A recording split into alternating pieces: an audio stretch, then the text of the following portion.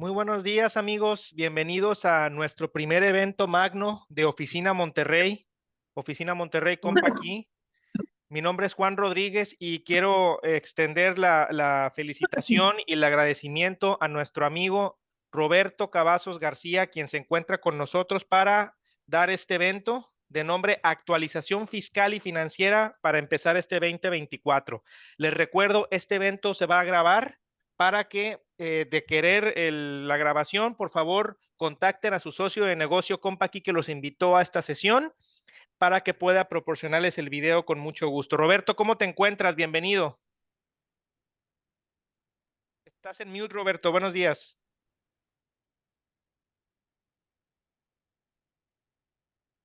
Listo, no se había activado el micrófono. No, muchas gracias. Muy bien, Juan. Buenos días. Gracias por la presentación. Y será un gusto aquí compartir con ustedes durante un rato en la mañana algunos temas de actualidad que van a ser relevantes para el año 2024 para la toma de decisiones de negocios y que muchos de ellos se pueden facilitar a través del uso de nuestros sistemas, nuestras plataformas, ya sea Compaqui, versiones escritorio o ahora las versiones nube. Entonces estaremos platicando sobre esos temas durante el transcurso de la mañana. Una pregunta, Bien, Roberto. Para las preguntas, ¿quieres sobre la marcha o quieres dejar un espacio a mitad o a final del evento? Aquí para estar al no, mira, pendiente. si te parece bien sobre la marcha, nada más te pediría si me puedes ir apoyando, porque yo estoy enfocado en la presentación. Entonces, si van saliendo preguntas, me interrumpes sin problema y las vamos resolviendo sobre la marcha. Claro que sí, con mucho gusto. Bien, pues si les parece bien, vamos a dar inicio. Bien, 2024 es el último año de la administración actual. Ya arrancamos por 2018 con muchas expectativas, muchas probablemente se cumplieron, otras probablemente se van a quedar ahí en el camino, como en todas las administraciones. No hay una administración mejor o peor, sino simplemente todas aquellas que van enfocadas al ciudadano, al contribuyente, creo que son las que nos dan resultados. Una de las premisas de esta administración fue que no iba a haber modificaciones en los impuestos durante los primeros 3 años.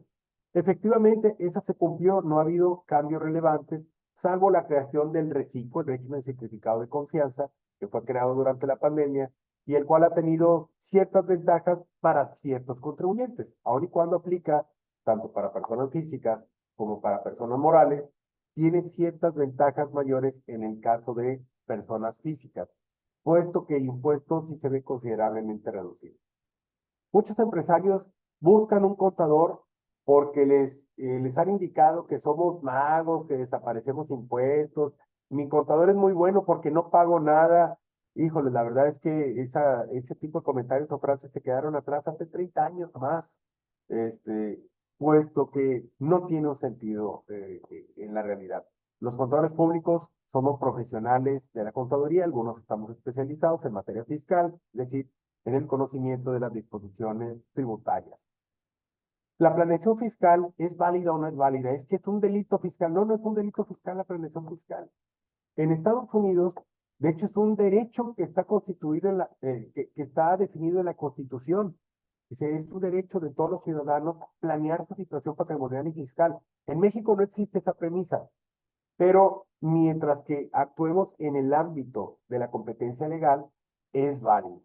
Sin embargo, tiene sus bemoles y está bien segmentado, está bien definido qué es lo que se considera legal y qué se considera, vamos a llamarle entre comillas, correcto para efectos de las autoridades fiscales.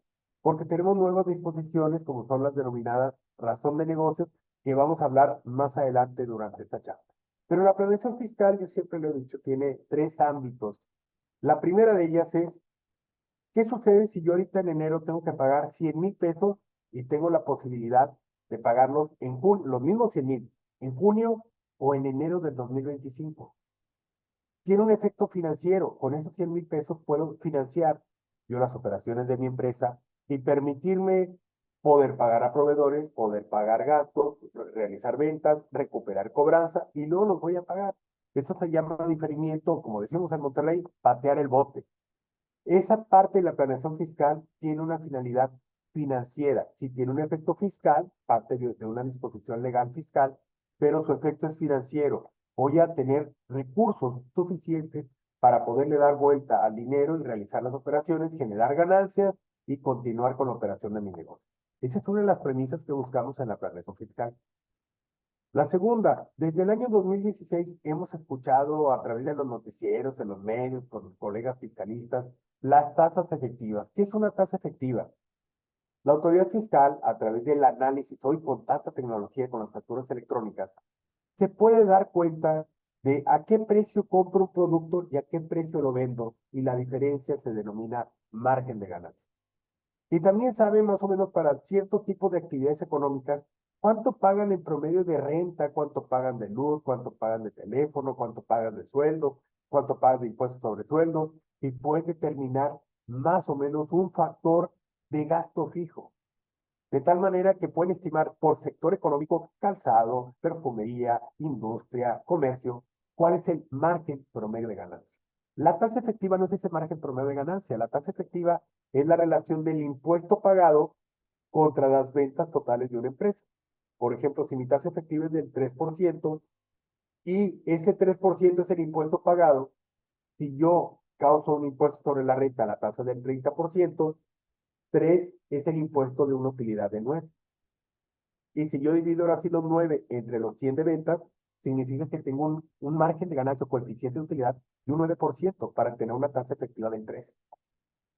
La autoridad ha estado midiendo en los últimos años a cada uno de nuestros sectores económicos qué margen de utilidad estamos declarando para efectos fiscales, para efectos de pagar el impuesto. Y se da cuenta que en muchas empresas, pues pagamos sobre el 1%, el 0.5% de coeficiente de utilidad, no de impuesto, no de tasa efectiva. Entonces, la segunda premisa dentro de la planeación fiscal es la reducción de tasas efectivas. ¿Cómo pagar menos impuestos legalmente?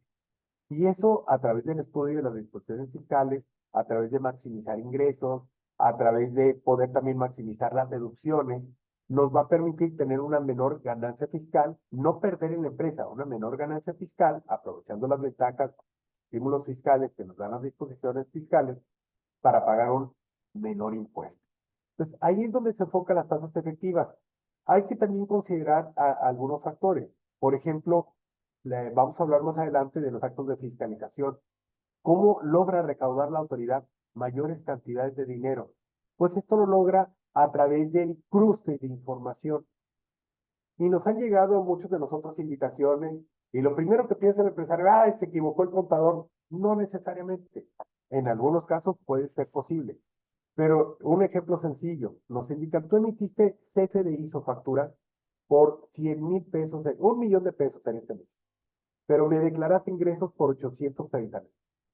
Tus CFDIs suman 1,000,000 y tus ingresos fiscales 830,000. Y dice la autoridad, explícame por qué. Es bien sencillo, mira, yo vendí productos por 800,000 pesos. Eso es igual los CFDIs contra mis facturas. Pero yo vendí un camión de la empresa en 200,000 pesos y emití un CFDI por 200,000, ahí suma el millón. Pero para efectos fiscales, cuando yo vendo un activo fijo, yo no acumulo la venta, sino la ganancia y la ganancia fiscal. Y vamos a suponer que de la venta de esos 200,000 pesos de ese camión, mi ganancia fiscal fueron nada más 30,000 pesos. En mi declaración es correcto. Ventas, ingresos por ventas, 800,000. Ganancia en venta del camión, 30,000, 830,000. CFDIs emitidos 1,000,000. Todo este tipo de situaciones no son nuevas en materia tecnológica, pero son nuevas para nosotros como contribuyentes e incluso para nosotros como contadores. Nos fiscalizan de una manera diferente. Ya no llega el auditor a preguntarnos, nos mandan esas diferencias. Igual en las deducciones. Oye, ¿tienes una diferencia entre las deducciones que presentaste en tu declaración y las facturas que yo tengo que te expidieron? Sí. ¿Por qué? Porque a lo mejor yo compré en CFDI, yo tengo compras de 1,000,000 de pesos y mi costo de ventas fue de 1,200,000 o de 800,000. ¿Por qué? Porque yo aplico el costo de lo vendido para efectos fiscales. Y los CFDI es la suma de todas las compras. ¿Qué pasa si yo compré y no lo he vendido? Está en el inventario, está en el almacén. Entonces, todo este tipo de situaciones, no ha habido cambios en la ley, pero el fisco ha recaudado más por ese tipo de variaciones y otras que les iré explicando sobre la marcha. Este régimen simplificado de confianza La tercera premisa, les dije, la primera era diferir o patear el bote. La segunda era reducir tasas efectivas a través de la optimización, la planeación de ingresos y deducciones. Y la tercera es no pagar el impuesto. Casi nunca se da. Hace años con Salinas de Gortari había un régimen de contribuyentes menores, luego uno de REPECO, régimen de pequeños contribuyentes, y hoy tenemos un reciclo. Por ejemplo, tuvimos intermedio el RIF, el régimen de incorporación fiscal, que todavía subsiste con respirador a través de unos transitorios que les permite seguir operando hasta que concluyan 10 años de haber optado por ese régimen. Pero ¿qué indicaba el RIF? El primer año calculabas tu impuesto, pero te exentaban el 100%. Entonces, ¿hay algunas maneras de no pagar el impuesto? Sí, esa es la tercera premisa, legalmente hablando con una fundamentación. Hoy tenemos este reciclo, no es no pagar el impuesto, pero pagamos un impuesto menor, se los voy a demostrar en un rato más a través de unos ejemplos, pero por ejemplo, una persona física que obtiene 10,000 pesos de ingreso, su impuesto es de 780 pesos aproximadamente, de acuerdo a la tarifa. La misma persona física, bajo el régimen simplificado de confianza, sobre esos 10,000 pesos, va a pagar 100, el 1%. Entonces, este régimen simplificado de confianza tiene una tasa máxima del 2,5% y hablando ya casi de 3,5 millones de pesos. Entonces, nos da unas ventajas fiscales de pagar menos impuestos mientras aprendemos a ser empresarios. O ya siendo empresarios, mientras nuestros negocios se mantengan pequeños. Son algunos de los temas que no han sido cambios, no hay una reforma fiscal, no hubo ningún cambio en materia fiscal en este año. Normalmente hay adecuaciones en código fiscal, en la ley del ISR, en IVA, no hubo ninguna, salvo unas modificaciones a la Ley Federal de Derecho. Entonces, ha sido consistente el gobierno. ¿Qué nos depara 2025-2026? Hoy estamos en enero del 24 y ya estás en 2025. Nuestros negocios son negocios en marcha, no se van a acabar el 31 de diciembre de este año. Entonces tenemos que ir planeando en base a lo que hagamos ahorita, vamos a tener un impacto en los siguientes años. Mi perspectiva y mi experiencia es que realmente el mexicano tenemos una pérdida de memoria fiscal. Si ahorita tenemos una reforma fiscal muy importante, todo el mundo nos alborotamos como gallineros, no, no, hombre, y es que hay que cambiar el sistema, y hay que cambiar las facturas, y ahora agrégale el código postal, y ahora agrégale la foto tuya para que vean que tú lo hiciste. Pero se nos va pasando, nos adecuamos y se acabó. ¿Cuándo es el mejor momento para implementar una reforma fiscal? ¿El primero o el segundo año de una gestión? ¿O el cuarto o el quinto año? ¿Por qué no el tercero o el sexto? Porque hay elecciones intermedias y hay elecciones para cambio de administración. Entonces, si hay una continuidad en la administración actual de los morados o los morenos para el siguiente año, muy probablemente ya traen todas las bases del presupuesto y siempre y cuando tengan mayoría en el Congreso, va a haber una reforma fiscal 2025-2026. Habrá que ver qué tantos beneficios nos traen o qué tanto nos va a complicar la operación de los negocios. Si no fuera así, si hubiera un cambio de administración, si levantara la oposición, la realidad es que en este año les dan oportunidad hasta el 8 de diciembre de presentar el presupuesto para el año 2025 y es muy poco margen de maniobra.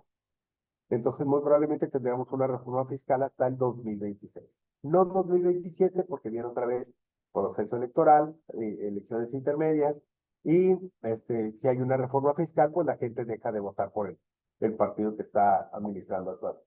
Entonces, esas son las perspectivas en materia electoral. Vamos a tener una jornada muy intensa. Estamos a un par de días que empiecen ya las campañas. Ahorita son las precampañas, afortunadamente. Casi no hay spots, casi no hay nada en redes sociales, ¿verdad? Ajá. Bueno, viene peor. Una vez que empiecen las campañas, vamos a estar saturados, bardas, techos, panorámicos, redes sociales, Facebook, TikTok, donde pura campaña política. Veremos cuál es la decisión del pueblo y eso va a tener un impacto en nuestros negocios, que es lo que nos interesa más que la parte política, va a tener un impacto en la operación 2025, no en 2024. Bien, para dar inicio, el temario que tenemos para esta mañana es principalmente ver las expectativas económicas e indicadores para 2024, qué es lo que se espera de acuerdo a los analistas económicos, Algunos temas muy específicos de la Ley de Ingresos de la Federación, algunos puntos que es importante conocer. El tema de las tasas de retención de intereses, cuál es el impacto que tenemos derivado de estas modificaciones que van haciendo año con año que tiene que publicar el Congreso, sugerido por la Secretaría de Hacienda y Crédito Público. El efecto del incremento de los salarios mínimos realmente es un logro, es un beneficio de esta administración, qué impacto traen en los empresarios y qué impacto nos está generando en un tema muy delicado que es el subsidio para el empleo.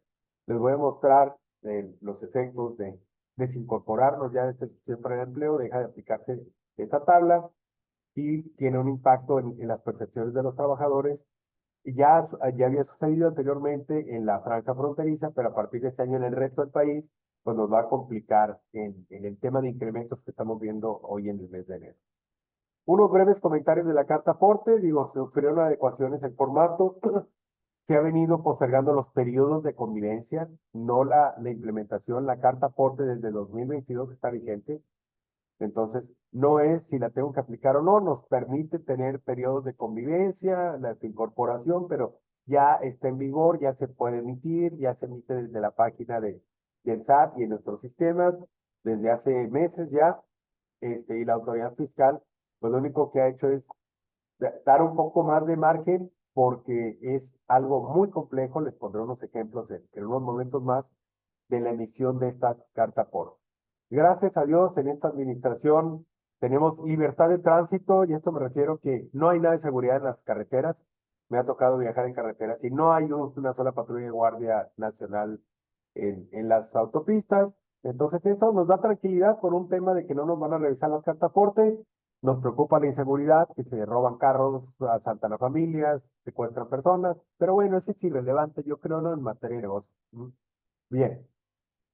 También platicaremos un poco de las deducciones, el soporte que se les tiene que brindar a cada una de ellas. Cada vez se vuelve más complejo, más laborioso y es como nos va a fiscalizar la autoridad. En consecuencia, los procesos de fiscalización que ha hecho la autoridad, ya muchos de ustedes dirán, oye, hace años que no recibo un auditor, una auditoría. No los invoques, no, ni los invoquemos o no, no hay. Corrieron a la mayoría de auditores, sí hay, pero hay muy pocos y son sobre circunstancias extraordinarias. Los pasos, los métodos que sigue hoy de fiscalización son diferentes, son con tecnología, pero desafortunadamente son más certeros, van directamente a donde detectan diferencias o irregularidades en la autoridad fiscal. También algunos breves comentarios sobre la ley antilavado y finalmente estaremos hablando sobre los estados financieros que hoy se tienen que estar entregando en las declaraciones anuales. Habrá quien diga, oye, toda la vida hemos reflejado estados financieros. Sí, hemos reflejado el estado financiero de la universidad. ¿Cuánto tienes en bancos, en caja chica, en clientes? Y hoy estamos hablando de estados financieros que vienen normados a través de las normas internacionales, normas de información financiera, normas internacionales de información financiera, con un formato más específico, con mayor grado de análisis para la autoridad, aunque quitaron algunos de los estados financieros básicos para este año 2024, sigue siendo información muy importante, puesto que ya lleva una secuencia. ¿Qué presentaste en 2021 y 2022 el año pasado? 2022, 2023, ¿cuánto vas a presentar? Y deben de llevar una secuencia. En promedios, en tendencias, en márgenes, en porcientos integrales, que ahorita también al finalizar esta charla les platicaré un poco sobre estos temas. Bien, entonces entrando en materia, en expectativas económicas, la realidad es que no podemos decir que tenemos una estabilidad económica eh, por acciones realizadas por el gobierno. Son acciones que son consecuencia de la economía internacional, de la economía mundial.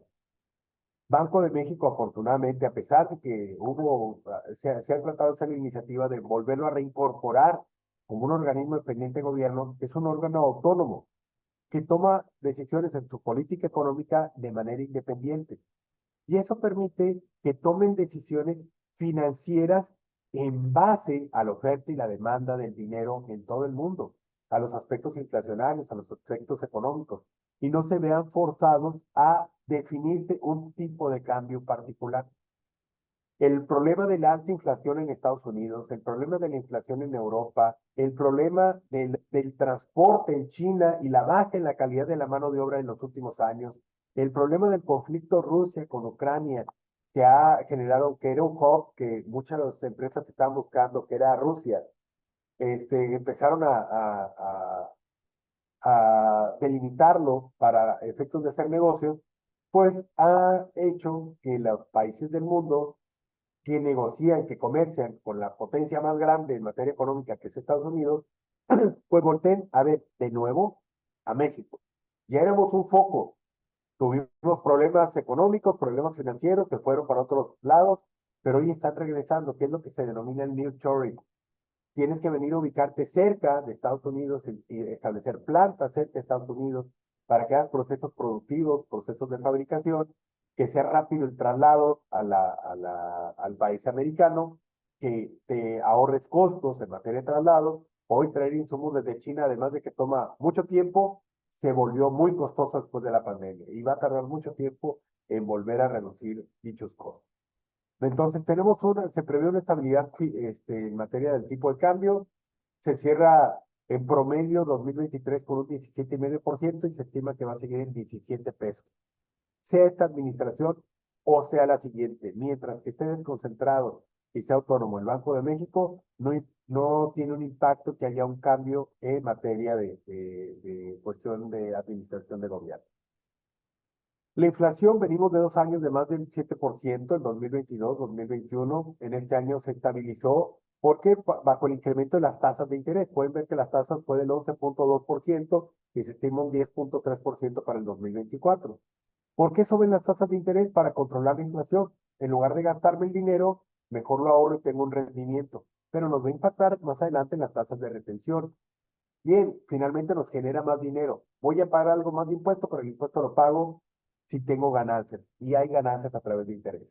El efecto de subir las tasas de interés, como lo podemos ver en esta gráfica, pues nos va a impactar en que la gente consume menos, prefiere ahorrar el dinero, no gastarlo, y eso reduce la oferta y la demanda y nos lleva a poder controlar la inflación. La bajamos del 7,5% al 4,5% y se estima que para 2024, pues la inflación vaya a estar abajo o más o menos en un 4%. Son los principales indicadores, a nosotros no tiene mucho impacto como pequeñas empresas. El precio del petróleo se mantiene también relativamente estable, eso está ligado a los precios establecidos a nivel mundial, principalmente ya por los árabes, entonces no nos impacta. Y el crecimiento del Producto Interno Bruto, hemos crecido un 13,5%, no tanto por actividades de gobierno, no hay proyectos en el país que estén generando un mayor crecimiento económico. Este crecimiento del Producto Interno Bruto se deriva de que están llegando empresas extranjeras a México para efectos de generar mayores empleos, generar ingresos, generar recaudación, y eso nos empieza a hacer crecer, nos empieza a dar una estabilidad en el crecimiento per cápita en el Producto Interno Bruto. Entonces establece que más o menos va a haber una continuidad 2023 con 2024. Por lo tanto, no esperamos ni que haya una devaluación con el cambio de gobierno, ni que haya un crecimiento en la tasa de interés, ni que haya mayor inflación. Vamos a tener, independientemente qué partido gane las elecciones, vamos a tener una estabilidad económica. Que no hay algún indicador externo, por lo menos no previsto, que pueda cambiar este panorama para el cierre de 2024. Bien, llegamos a la ley de ingresos de la Federación para 2024. Podemos ver que ahora estimó el gobierno, porque son ingresos estimados, obtener 9 billones de pesos. Parte de esos 9 billones de pesos, si se fijan en la parte de abajo, viene por financiamientos. Sí, efectivamente somos un país que se está endeudando mucho. Muchas de las reservas que estaban a través de fondos, fideicomisos, fueron desaparecidas. Sí están invertidas en puros proyectos productivos. Un proyecto muy productivo es el Tren Maya, otro es la refinería Dos Bocas, otro la gran operación que trae el Aeropuerto Internacional del AIFA, otro tren que están haciendo allá para Sonora, y son proyectos que se han llevado miles de millones de pesos, que si no son productivos, obviamente se tienen que financiar para su construcción en un periodo muy corto de 6 años, y somos un país que se está endeudando mucho y no tenemos reservas. Eso prende ciertas alertas, ciertos focos, porque si no se generan los ingresos tributarios en las siguientes administraciones, entonces vamos a tener una problemática para pagar toda esta deuda que se está adquiriendo en esta administración para concluir el año que viene, este año, no es cierto, el año que viene, este año, todos esos magnos proyectos altamente productivos. Vemos que se concentra también una buena parte en impuestos. De los 9 billones, la mitad o un poco más de la mitad, cerca de un 55%, proviene de impuestos. Estos impuestos principalmente son impuestos sobre la renta y el IVA. Son los principales ingresos que obtiene el gobierno. Ahora, estos con relación a 2023 están creciendo como un 9%. Si le restamos nosotros un 4% de inflación que se está estimando, pues significa que hay un crecimiento del 5% en la recaudación de impuestos. Si no hay nuevas contribuciones, si no hay más contribuyentes, esto implica que los mismos vamos a pagar más impuestos. Pero no hay más impuestos generados. No, los procesos de fiscalización que hoy está ejecutando la autoridad han sido tan efectivos que prácticamente cada trimestre salen con números positivos. Esos procesos de las invitaciones que dicen, oye, te invito, mira, no te metas en problemas, te invito, revisa, aquí yo detecto estas diferencias, corrígete, la mayoría de nosotros decimos, oye, sí procede, sí, págalos. Oye, no procede, pues no, pero sí, págalos. Aquí me refiero no, pero sí. Les voy a poner un ejemplo. La autoridad nos detecta que en marzo del 2019 tenemos unas retenciones por pagos de prestación de servicios profesionales de 3,000 pesos que no pagamos. Oye, ¿cómo que se nos pasaron a pagar 3,000 pesos de retenciones de ISR? Regrésate. Ah, mira, ese recibo de honorarios del abogado, pero no lo hemos pagado. No se pagó en marzo, se pagó hasta diciembre del 2019. Sí, nada más que hay una problemática. Cuando el abogado nos emitió ese recibo, le indicó método de pago PUE, pago en una sola exhibición. Y PUE implica que ya había sido pagado previo a la emisión del comprobado. Por eso no requiere un RE. Oye, pero realmente le pagamos hasta diciembre, indebidamente. En teoría no es deducible y no es acreditable. Pero por lo pronto, como ese método de pago ya detectó la autoridad, dice, ya lo habías cobrado, me debes esa retención. Y si no le pago la retención, entonces es una multa o una no deducibilidad. ¿Qué opta el contribuyente? ¿Para qué modifico declaración anual y para qué hago cambios? Paga los 3,000 pesos. Son 3,000 pesos. Hágalo. Bien, la suma de esos 3,000 por millones de contribuyentes ha sumado una recaudación muy importante y hasta ahorita, afortunadamente, la recaudación procede de invitaciones. Esperemos que no lleguen a requerimientos, porque una vez que lleguen a requerimientos, las multas son muy altas y serían muchas de manera inmediata que pueden descapitalizar y tronar muchos negocios en el corto plazo. Entonces, esto es parte de lo que está estimando la autoridad. Fuera de las cifras, lo que nos interesa es cómo van a llegar a cumplir estas metas. Y déjenme les digo otra realidad. Estas metas son rasuradas. Todos los presupuestos están estimados más o menos a un 70% de lo que realmente recaudan. Tiene una recaudación y una fiscalización importante, igual que el año pasado. Esperemos que sea mi invitación, pero cada vez que les llegue una invitación, revísenla y cúmplenla. No significa que haya estado mal elaborado el proceso, ni la contabilidad, ni el cálculo de impuestos. Los procesos de emisión de los comprobantes que son a cargo del empresario, del prestador de servicios, del arrendador, por desconocimiento en la mayoría de los casos, son los equivocados. Al contador le llega una compra, registra una compra. Que el método de pago, que la forma de pago, revisar a detalle cada CFDI, todos esos elementos, tenemos que buscar plataformas, herramientas que nos ayuden a estar verificando de manera alterna. Pero no es un proceso de contabilidad, sino de comprobantes que está teniendo un impacto fiscal. Imagínense si hay en una empresa 1,000 comprobantes cada mes, se requiere una persona que esté revisando, chécate la forma de pago, el método de pago, que esté validado, la que traiga la cadena, que sea adecuado. La verdad, no, ni en la empresa interna lo hacen, ni como firmas o como despachos independientes se puede hacer ese volumen de trabajo. Se requieren herramientas tecnológicas que nos permitan analizar eso de una manera más eficiente, más rápida y que nos detecte esas diferencias que hoy está detectando la autoridad fiscal.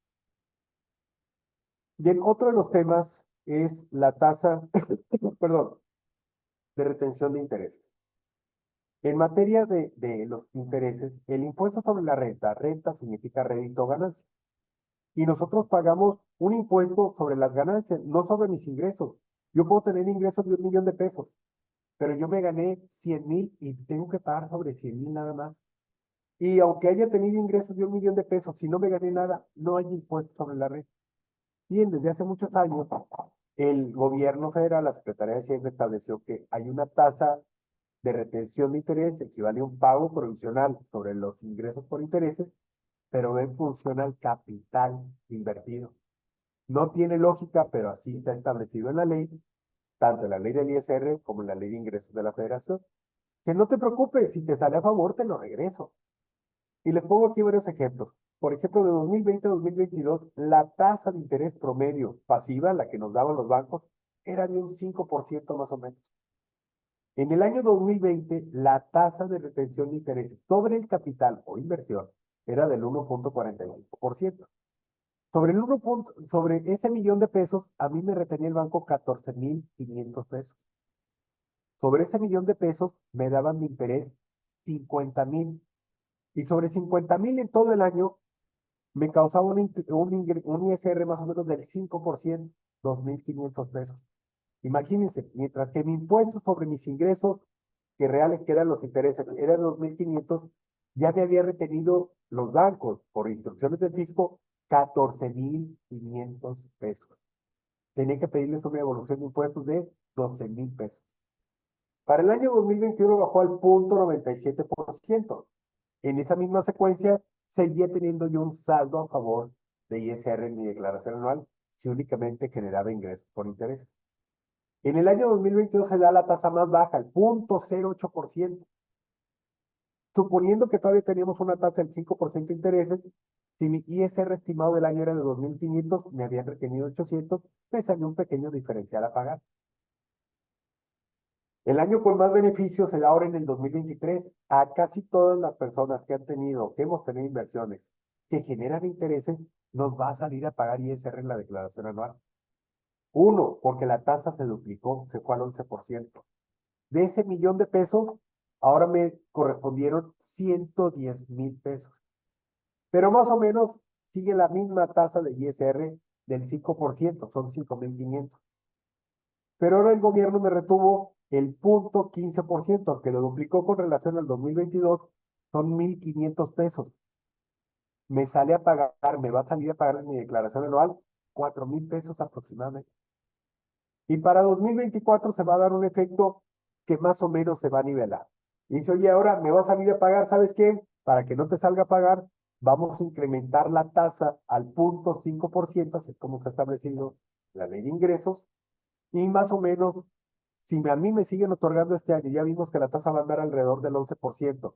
Si me siguen dando el 11%, voy a tener intereses por 110,000. Mi ISR va a ser de 5,500 y me van a estar reteniendo de ese millón de pesos el 0,5%, 5,000. Se estima que en 2024, más o menos lo que me retengan va a equivaler al impuesto que tengo que pagar por esos intereses, más o menos en las proporciones. Entonces, este ha sido el movimiento de las tasas, de la retención en las tasas de interés que ha venido publicando el fisco en los últimos 5 años. No ha habido preguntas, ¿verdad? No, no las tengo yo aquí a la vista, pero si hay alguna pregunta me comenta, por favor. Sin preguntas hasta el momento, Roberto. Ok, gracias, Juan. Bien, por otro lado, crece el salario mínimo. La administración actual ha cacareado es que hemos llevado el salario, lo hemos incrementado, y déjenme les platico un poco la historia. Hasta finales de los años 60 se cumplía lo establecido en la Constitución de 1917. El salario mínimo debe ser una cantidad que por lo menos permita una calidad de vida a las personas y a sus familias para que puedan comprar alimento, para que puedan tener estudios, para que puedan vestirse y tener alguna actividad de esparcimiento. A partir de los años 70, con las administraciones, principalmente de tipo socialistas, de regímenes tipo socialistas, empezamos a generar procesos de alta inflación, empezamos a generar un crecimiento acelerado de los precios y no se dio el incremento de esos salarios mínimos a estos niveles de inflación. Por lo tanto, se fue quedando rezagado, rezagado y rezagado desde los años 70, 80, 90, 2000. Una problemática, bueno, ¿cómo lo volvemos a empatar? Estaban entrampados porque el salario mínimo era la base para la determinación de cuotas, sanciones, bases, importes. Entonces, se hacían un cambio abrupto en el salario mínimo, las multas por no presentar una declaración se multiplicaban, se iban en estos crecimientos de 20%. Cualquier pago de derechos por tramitar un acta de nacimiento, una licencia de conducir, se iban de manera exponencial porque todo estaba indexado al salario mínimo. Los créditos de Infonavit se tenían que indexar también a esos crecimientos. Entonces se estableció que el salario mínimo crecía en función a la inflación, fíjense, 4%, 3%, 3.9%, lo que está de su lado derecho. En el 2016, en diciembre de 2016, bajo la administración anterior, crean la ley de la UMA, Unidad de Medida y Actualización. ¿Para qué sirve la UMA? Para desvincular precios, montos, sanciones, cuotas de los salarios. Y a partir de ese momento, fíjense que en el año de 2017 hay un aumento en octubre del 9.58%, en diciembre, perdón. Y luego, en enero del 2017 crece un 9.58%, en diciembre del 2017 otro 10%, casi un 20% y nada más en el 2017. Cuando entra la nueva administración en el 2018, crece en primera instancia un 10%, nada más. Y luego ya empieza el crecimiento en 2019, un 16%, y se ha mantenido casi en un 20%. Eso ha hecho que hoy lleguemos a 249 pesos, cerrando números, el salario mínimo, 248.93. Además de los decretos de franjas fronterizas en 2019, donde crece un 50% más. Entonces, esto ha permitido que las cuotas, sanciones, multas, motos se mantengan con inflación a través de la UMA. La UMA está en 108 pesos para este año y el salario mínimo ya está en 249 pesos. Entonces, no es un logro de esta administración, fue una publicación realizada, un decreto de ley hecha por el Congreso junto con la administración anterior en el 2016 y eso ha permitido al desvincularlo que se empiece a incrementar la cantidad mínima que debemos de pagarle en México a los trabajadores para que traten de tener un nivel de vida decoroso. Es una medallita que se cuelga en las administraciones, pero no es propia de las administraciones del país. ¿Esto en qué nos impacta? Hoy, ¿a cuánto asciende un salario mínimo en el resto del país fuera de la franja fronteriza? 7,468 pesos, cerrando números, ¿verdad? 7,468. Qué bueno. Pasamos, fíjense, en el 2016 de tener un salario mensual de 2,191 a 7,467. Se ha triplicado. Está bien, el mínimo, nada más. Eso es bueno. Pero eso nos va a impactar en algo que se denomina subsidio para el empleo. El subsidio para el empleo no es una disposición que está contenida en la ley del ISR. El subsidio para el empleo es un decreto que va ligado a la determinación del impuesto sobre la renta para los trabajadores específicamente, ni siquiera para asimilados a salarios y no aplica al resto de personas físicas. Solamente es para pagos de sueldos y salarios. Al ser un decreto, no es sujeto a estarse actualizando como las propias tarifas de la ley del ISR. Por lo tanto, desde que fue publicado, se ha quedado estático este subsidio. Y vemos que año con año, cuando nace este subsidio, pues un sueldo de 1,768, fíjense, 1,768 era en el 2011, hace 12 años, 13 años ya. Le alcanzaba a aplicarse este subsidio de hasta 407 pesos al mes. Conforme fue subiendo el salario mínimo, pues se fueron eliminando cada uno de los rangos anteriores, de 1,768 a 2,653, de 2,653 a 3,478, se fueron eliminando conforme fue subiendo el salario mínimo en estos últimos 5 años principalmente. Esto nos impacta, aquí está, en que para 2024 el salario mínimo excede al rango máximo de subsidio para el empleo. Todavía hasta el año pasado, con un salario de 6,223 pesos, teníamos derecho por lo menos hasta 253 pesos. ¿Sí? 200, y en algunos casos 294 pesos, casi 300 pesos, que el gobierno le entregaba o le disminuía esos impuestos a los trabajadores. Nos aplicaban los últimos tres rangos, desde 294, 253 y 217 pesos. Pero una vez que el salario mínimo, es decir, no se puede pagar una cantidad menor por concepto de salario a 7,467 pesos en el resto del país. Esto ya había excedido desde el año 2022 en las franjas fronterizas. Ya no se aplica este subsidio para el empleo. Usted recordará que a finales de mes había que hacer un ajuste para el subsidio para el empleo, donde salían mayores retenciones para los trabajadores, y esta tabla pierde efecto. La pregunta ahora es, oiga, contador, ¿y cuánto tengo que incrementarle a mis trabajadores en este año? Si la inflación es de un 4%, un 4%, en estricto sentido, a los de salario mínimo, sí, se incrementan salarios mínimos. No hay una obligatoriedad para los salarios que son superiores a esta cantidad. Pero fíjense cuál es el efecto. A un salario de hasta 7,382 pesos, porque el rango es de 7,382,34 en adelante, ya no le aplica.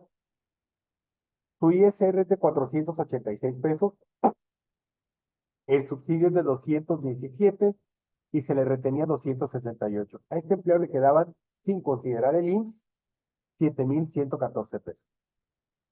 Al subirlo un peso o 60 centavos más, porque es a partir de 7,382,34. Si yo me lo llevo a 7,383, el impuesto es de 486,17. Hay 11 centavos más, pero dejo de aplicarle el subsidio para el empleo y por lo tanto la retención de su salario sería 486,17. Por haber subido un peso, este trabajador está percibiendo casi 300 pesos menos. Para ser exactos, 218 pesos menos. Entonces, si yo, este trabajador que ganaba 7,300 pesos, me lo llevo a 7,400, de entrada traigo 218 pesos, más lo que le vaya a incrementar yo de salario. 218 para que quede igual que como ya estaba antes, en impuestos, más el incremento. Entonces habrá trabajadores con esos salarios bajos que les tengamos que incrementar realmente un 20%, un 25% para absorber estos 217 pesos más un incremento real en dinero que llegue a sus bolsas. Si no, nada más por el hecho de subirlo, ya se le van a retener 218 pesos más. Ya está en vigor, ya no aplique esta tabla prácticamente para nadie, puesto que no se pueden pagar salarios inferiores a los 7,467 pesos, que es el salario mínimo de todo el país, salvo las franjas fronterizas que tienen un salario diferenciado. No hay dudas hasta aquí, ¿verdad? Bien. Carta aporte. Carta aporte, ¿cuál es la problemática de carta aporte? Primero les voy a platicar algunos escenarios. Vamos a suponer, yo estando aquí en Monterrey, llega un cliente a mi negocio y me compra mercancía. Yo le voy a hacer una factura normal. Aquí está tu CFDI de ingresos, aquí está tu mercancía y que te vaya bien. Un cliente ubicado aquí en Monterrey me dice, oye, ¿me lo puedes mandar a domicilio? Sí, hago su factura normal, un CFDI de ingresos, se los mando con el chofer, le hago llegar su paquete y su factura de vía electrónica por ingresos. Tengo un cliente que está ubicado en Saltillo y me dice, oye, yo voy para Monterrey y recojo la mercancía. Perfecto, yo le hago una factura con su CFDI de ingresos nada más. Viene, le entrego la mercancía aunque esté en Saltillo y le entrego su factura de ingresos. A los 10 minutos de haber hecho la compra, me dice el cliente, oye, se me va a complicar ir, me lo puedes mandar a Saltillo. Yo no tengo que cancelar el CFDI de ingresos. Yo tengo que hacer un CFDI de traslado para poder transitar por la vía federal de aquí a Saltillo y le llevo su CFDI de ingresos por la venta que hicimos y un CFDI de traslado con los datos del chofer, con los datos de la unidad en la mercancía para que llegue directamente hasta Saltillo. Siguiente caso, nos hace una compra, un cliente de Saltillo, y nos dice, y me lo mandas. Entonces, de origen, yo tengo que hacer un CFDI de ingresos con el complemento de carta aporte, porque yo sé que yo ya lo voy a trasladar. Y ahí es donde se empieza a complicar, porque el complemento de carta aporte no es un CFDI de traslado, es un complemento de carta aporte, tiene que llevar los datos del vehículo, las placas, el número del motor, tiene que llevar los datos, el RFC del transporte, del chofer que se va a trasladar para allá, varios datos de la unidad, los datos específicos de la mercancía, para efectos de tener todo identificado cuando yo pase por una parte, una jurisdicción federal en materia de carreteras, que me llegue a parar el agente de la Guardia Nacional y que me diga, demuéstrame la propiedad de esta mercancía que llevas en tránsito. Y él con un lector QR debe poderlo leer. Yo le recomiendo, como quieran, llévense la versión impresa. Pero en ese traslado le da un retorcijón al chofer, llega al sector de las aves y dice, oye, manden otro chofer porque yo ya no aguanto. ¿Sí? Entonces, mando en otro vehículo a otro chofer para que se traiga al chofer anterior, otro agarre el camión o el auto y sigas a Saltillo. Tengo que hacer un cambio de ese CFDI, tengo que hacer una cancelación, tengo que hacer uno nuevo, tengo que cambiar la carta aporte para poder indicar que ahora va otro chofer, mismo vehículo, misma mercancía, otro chofer. Llegando a Ramos Arizpe, se les descompone el vehículo. Oye, Chihuahua, qué mala suerte tenemos hoy. Se descompuso el vehículo. Necesito que me manden otra unidad para poder llegar a Saltillo. Ahí va la otra unidad. Tengo que cancelar el CFDI, hacer otro nuevo CFDI de ingresos con nuevos datos de carta aporte, porque ahora lleva el mismo chofer, otro vehículo y la misma mercancía. Y así sucesivamente. Ese es el caso más sencillo. Pero imagínense en las empresas de logística, donde hay un DHL que lleva diversas, múltiples mercancías, que va con Ruta México, pero va llegando a Ramos Arizpe, a Saltillo, a Concepción del Oro, y va puebleando, y en ese inter pueden cambiar de vehículo, pueden cambiar de choferes, pueden cambiar de mercancía, bajan unas, entran otras mercancías, tienen que estar haciendo constantemente cambios de carta aporte. Dice la autoridad, ¿qué te preocupa? Todo es tecnología. Haces otro complemento, se lo mandas por internet y ya. Nada más que no consideran que casi desde Concepción del Oro hasta Zacatecas o casi toda la carretera de San Luis no hay señal de internet y no les va a llegar la nueva carta aporte. Y si los detecta la Guardia Nacional y no traen la carta aporte con los datos actualizados, les pueden incautar la mercancía, les van a multar por estar trasladando mercancía que no está debidamente soportada. Bueno, eso es lo más sencillo hablando en materia de carta aporte. Por esas y otras tantas situaciones y otros tantos catálogos que implica elaborar este simple complemento que va aunado a un CFDI de ingresos o a un CFDI de traslado, dependiendo cómo haya iniciado la operación y cómo se vaya desarrollando, es que se ha venido postergando la obligatoriedad. Y fíjense las últimas fechas. Este, ya vamos a la versión 3.0 del complemento de carta aporte. Este fue publicado en septiembre del 2023 y ese complemento debe estar utilizándose desde el 25 de noviembre del 2023. Sin embargo, alargaron el periodo de convivencia, es decir, se puede seguir emitiendo la versión 2.0 y la 3.0 hasta el 31 de diciembre del 2023, que ya pasó hace 16 días. Del 1 de enero al 31 de diciembre de 2023 fue un periodo de transición para emitir la carta aporte 2.0, que aunque traiga errores, no se apliquen multas ni sanciones. En el caso de la versión 3.0, esa facilidad estuvo vigente hasta el 25, del 25 de noviembre al 31 de diciembre de 2023. De tal manera que a partir de enero del 2024, solo debemos de expedir carta aporte versión 3.0 y sin errores. La pregunta es, ¿ya estamos preparados? Y muchos de ustedes dicen, déjame le llamo a mi asesor de sistemas para que me dé toda la información. Déjenme les hago una aclaración. Mis colegas de sistemas nos dan muchos cursos, mucha preparación dentro de Contact, pero no son expertos fiscalistas. Estas disposiciones deben de consultarla con su asesor fiscal, con sus asesores fiscales, y ellos son los que le deben de dar la pauta, sus asesores en sistemas, los distribuidores, deben de estar de la mano y seguir las instrucciones de su área fiscal, de sus empresas. Pero muchas veces, como empresarios, queremos ver al asesor de sistemas como el fiscalista. Si el fiscalista no lo entiende, pues mucho menos le va a entender el asesor de sistemas, que no tiene una preparación, no porque no lo sepa y no lo pueda aprender, sino porque estas reglas, si se fijan, están cambio constantemente. Y nosotros, que nos dedicamos a esta área, tenemos que estar actualizándonos para ver qué cambios fueron y cuándo es el periodo donde van a entrar en vigor, pues no les pueden dar esa responsabilidad a sus asesores en materia de sistemas.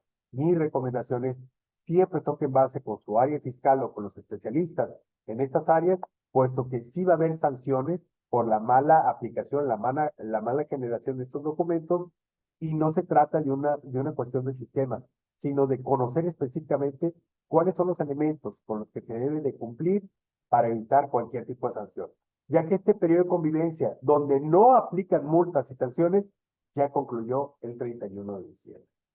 Entonces, esa es mi recomendación en materia de carta aporte. Realmente fueron adecuaciones de la versión 2.0 a la 3.0, pero todos los requisitos para quienes trasladan mercancías en carreteras o en vías federales y a las cuales les es aplicable, que tengan el conocimiento de lo que está vigente y los siguientes cambios que se van a ir dando sobre la marcha. No hay dudas, ¿verdad? Bien, vamos a entrar en otro tema, la materialidad. Cuando hablamos de ingresos, ¿qué son ingresos? Un ingreso, si yo les preguntara, si estuviéramos aquí de manera presencial, pues hay quien me diría, pues las facturas que emito, o el dinero que entra por cobranza, o cuando yo tengo, otros ingresos, cuando vendo un camión, cuando vendo mi auto, tengo ingresos. No, realmente hay una definición técnica que está fundada en las disposiciones fiscales, pero viene homologada de disposiciones financieras. Las normas de información financiera, en el marco conceptual, en la regla 50, en las normas 50, hace referencia a que los ingresos son todo incremento en el capital o en el patrimonio. Todo aquello que incremente mi patrimonio es un ingreso. Lo que me cuesta y lo regalado. Si yo le regalo a ustedes ahorita una parte de mis productos, para ustedes representa un ingreso. ¿Por qué? Porque incrementaron su patrimonio. Oye, pero no te pagué nada, pero ahora tienes una posesión y esa posesión se puede cuantificar y eso te genera un ingreso. Entonces, ya sea vendidos, comprados o regalados, cuando hay una transmisión de propiedad que incrementa mi patrimonio, eso es un ingreso. Lo dije muy técnico, pero esa es la realidad y esa es su definición correcta. Ahora, yo tengo que acumular, sea persona física o sea persona moral, la totalidad de mis ingresos. Esa es una obligación. Pero de ahí partimos a un artículo 25 en la ley del ISR que inicia indicando los contribuyentes podrán efectuar las siguientes deducciones. Hay un término que tendríamos que circular, podrán. Entonces podemos concluir que las deducciones son opcionales. Todas las deducciones, el costo de mi mercancía, la compra del vehículo, los gastos que efectúo, los sueldos que yo pago, todas las deducciones son opcionales. Si quieres, las puedes deducir. Tú tienes que acumular todos tus ingresos, pero si quieres, puedes tener deducciones. Así inicia ese artículo 25. Partiendo de esa base, el impuesto sobre la renta se va a pagar sobre ganancias. Ingresos menos deducciones cero es ganancia. Entonces, la totalidad de mis ingresos pueden ser ganancia o los ingresos menos mis deducciones pueden ser ganancia. ¿Me conviene tener deducciones? Claro, a mayores deducciones, menor ganancia, menor impuesto. Una pregunta muy común por parte de cualquier empresario es, a ver, contadora, a ver, contador, ¿qué puedo deducir? Y nos piden una lista, ¿no? Y casi creo que agarran la libreta y está. A ver, dime. No hay una respuesta genérica. Eso es un traje a la medida. ¿Qué puedo deducir? Y entonces me tengo que referir al artículo 27, donde empieza a hacer referencia a los requisitos de las deducciones. Y primer requisito, que sean estrictamente indispensables para los fines de la actividad del contribuyente. ¿A qué te dedicas? Y entonces podemos empezar a analizar. Mi respuesta como fiscalista es, a ver, para poderte responder o hacerte una lista, vamos a partir al revés. ¿A qué te dedicas? Pues compro y vendo zapatos.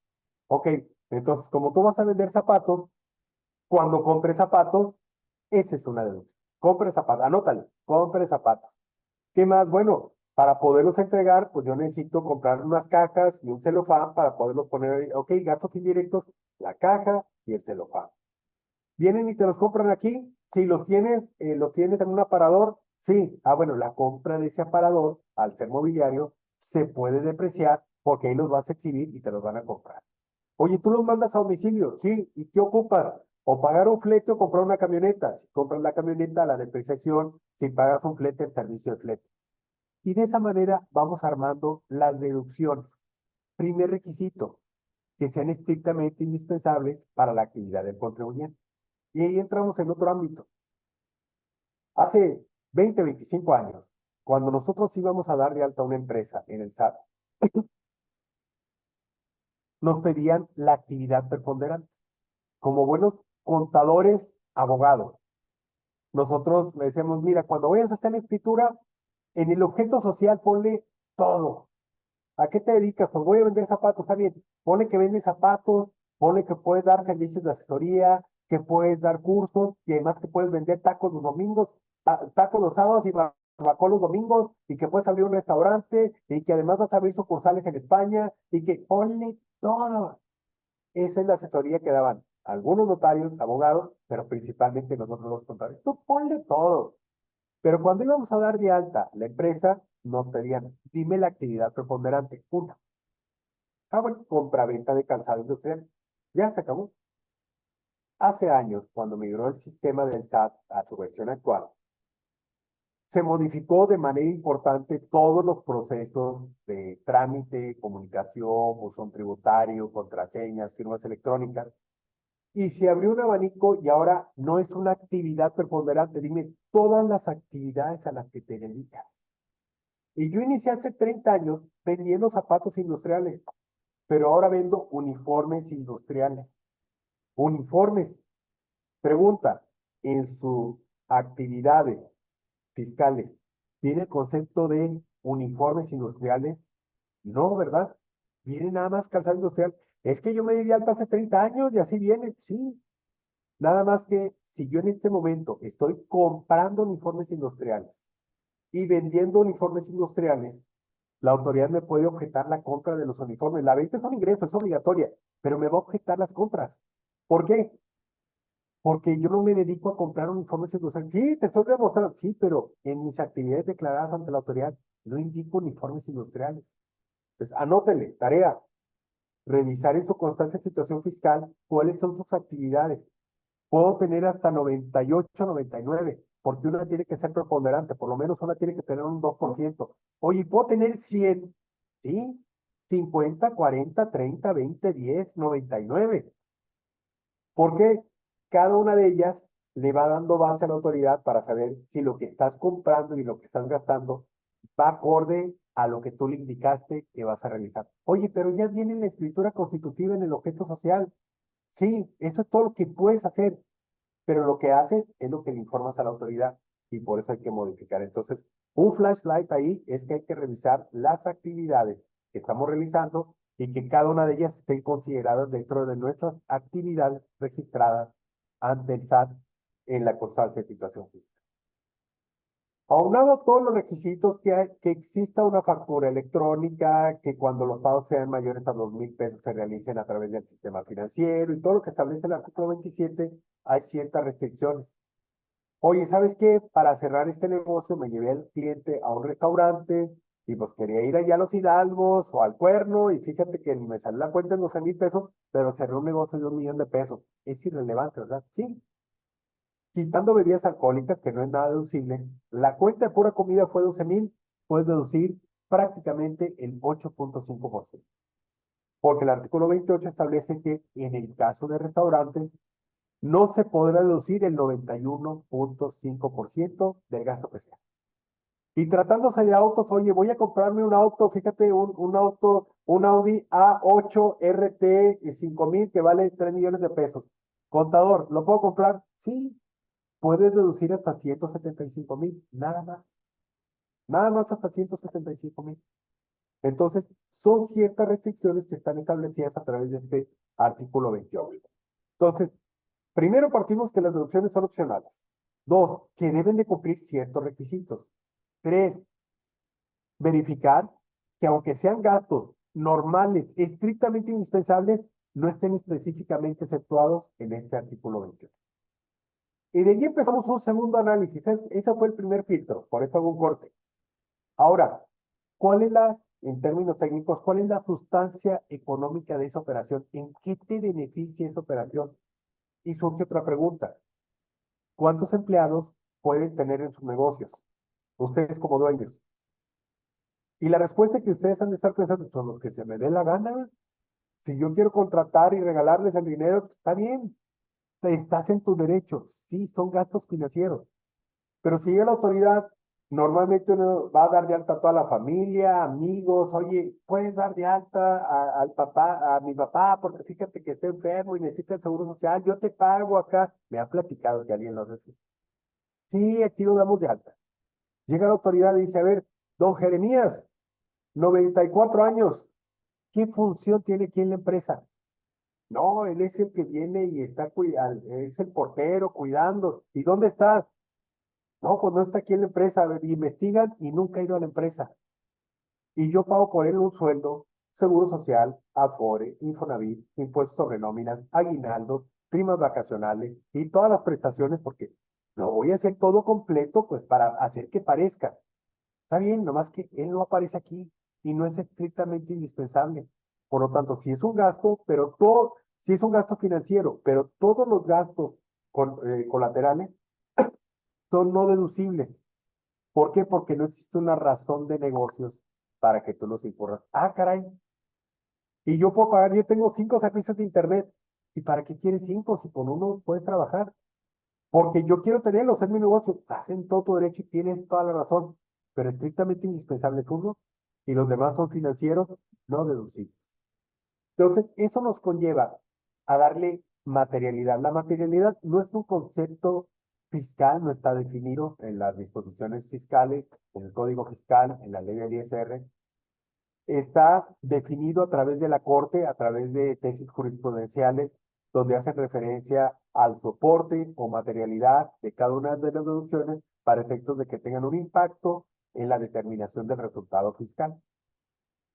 Eso implica que hay que hacer contratos, que hay que hacer reportes, que hay que hacer una serie de documentación para que cuando llegue la autoridad, oye, ¿cómo me puedes justificar este sueldo? ¿Cómo me justificas este pago? Necesito hacer contratos de arrendamiento, de trabajo, de prestación de servicios, de proveeduría de insumos con mis proveedores. Contrato para todo. Y además, tengo que llevarlos ante la fe pública para obtener una fecha cierta, porque si no la autoridad presupone que yo el contrato lo acabo de hacer en ese momento y que la autoridad me lo está requiriendo. Y entonces, de acuerdo a la Corte, puede que no surte efectos y me invalidan todos los pagos de renta, todos los pagos de servicios, todos los pagos a los proveedores, todo eso me lo pueden invalidar. Entonces, la materialidad consiste en darle un soporte documental y una explicación, una relatoría a cada una de las deducciones, no a las actividades de la empresa, a cada una de las deducciones, desde un sueldo, desde las cuotas de seguro social, desde los pagos de renta, desde las compras de mercancía, de los pagos de servicios al contador, los pagos de servicios de la adquisición de licenciamiento de sistemas, todo. Oye, ¿por qué tengo que comprar, que pagar yo un licenciamiento de un sistema? Ah, bueno, para poder facturar. Hay una justificación porque es una obligación que yo emita facturas electrónicas. Oye, pero está a través del portal del SAT, sí, pero tu misma autoridad me das opción de utilizar un PAC. ¿Por qué? Porque es un servicio privado. Entonces, todo eso, si no lo tenemos bien amarrado, la autoridad nos puede objetar las deducciones opcionales. ¿Verdad que no hay duda, verdad? Hay un par de dudas, Roberto. Primero, una Adelante. del tema pasado, de carta Sí. aporte. Modesto Bautista nos pregunta, ¿cuándo ya se debe emitir carta aporte, pero sin errores sanciones por errores, perdón? A partir de hace 16 días. Gracias, Roberto. Y otra pregunta, pero general, nos dice Pedro Mundo, ¿los apuntes que estás utilizando serán compartidos? Sí, se los voy a hacer llegar, Juan, y para que se los solicitan, se les va a entregar a ustedes, se los mandan a los distribuidores y cada uno de estos distribuidores que se los hagan llegar. Con todo gusto, se los compartimos sin problema, digo, por efectos de logística. Pero con todo gusto, este material, al terminar, te lo hago llegar y ya ustedes tengan la libertad de compartirlo sin problema. Muchas gracias. También recordar a nuestros compañeros y amigos que tenemos el canal de Oficina Monterrey de YouTube, de Compa aquí Oficina Monterrey, donde ahí va a estar este video. Entonces, sin más preguntas, Roberto, gracias. Gracias, Juan. Bien, continuamos. Eso fue el tema de materialidad, darle un soporte documental a cada una de las transacciones que realizamos, independientemente que yo crea, yo piense que no debo de tener problema, porque es un sueldo, porque es la renta, porque es el pago del servicio, porque es la recolección de basura, porque es el mantenimiento del auto. Todos ellos deben de tener un soporte documental. Si no lo tenemos, son sujetos a ser observados por la autoridad y eso es lo que le ha permitido tener una mayor recaudación a las autoridades. No me puedes justificar la materialidad, va para atrás, te fijo un crédito fiscal y me lo pagas. Ahora, los actos de fiscalización por parte de la autoridad. Uno de los primeros actos que hizo esta administración, el presidente, cuando llegue en diciembre de 2018, fue despedir a casi todos los auditores fiscales y lo dijo a través de uno de sus tantas conferencias mañaneras. Dice, es que cada vez que llega un auditor fiscal con un contribuyente, hay posibilidad de corrupción. Lo bueno es que ahorita ya dijo, ya no hay corrupción, ni en México, ni en el mundo, ni en Marte, ni en él ya acabó con toda la corrupción, ya no hay. Entonces, cada vez que llegaba un auditor, había posibilidades de corrupción. Sí hay auditores fiscales, como les comentaba al inicio, pero ya van por actos muy específicos o que traen una consigna o algún acto político que tienen que verificar un tema de fiscalización, que tienen que hacer una verificación. Pero casi todos los actos de fiscalización son digitales. Uno, despersonalizaron el tema. Me ha tocado escuchar a muchos clientes que dicen, no, mira, contador, tú deduce el gasto. Cuando llegue el auditor, yo le explico. Está bien, no hay a quien explicarme. Y el auditor es un sistema que está viendo una deducción que no le pareció y que le está objetando. Levanta una aclaración vía internet, vía buzón tributario, a ver si les parece y si te responden, ¿sabes qué? No procede, tienes un crédito fiscal. No hay a quien explicar. Ya esa antigua falacia de que yo les explico, no te preocupes, está bien. Cada contribuyente toma la decisión. Lo importante es tomar decisiones conscientes.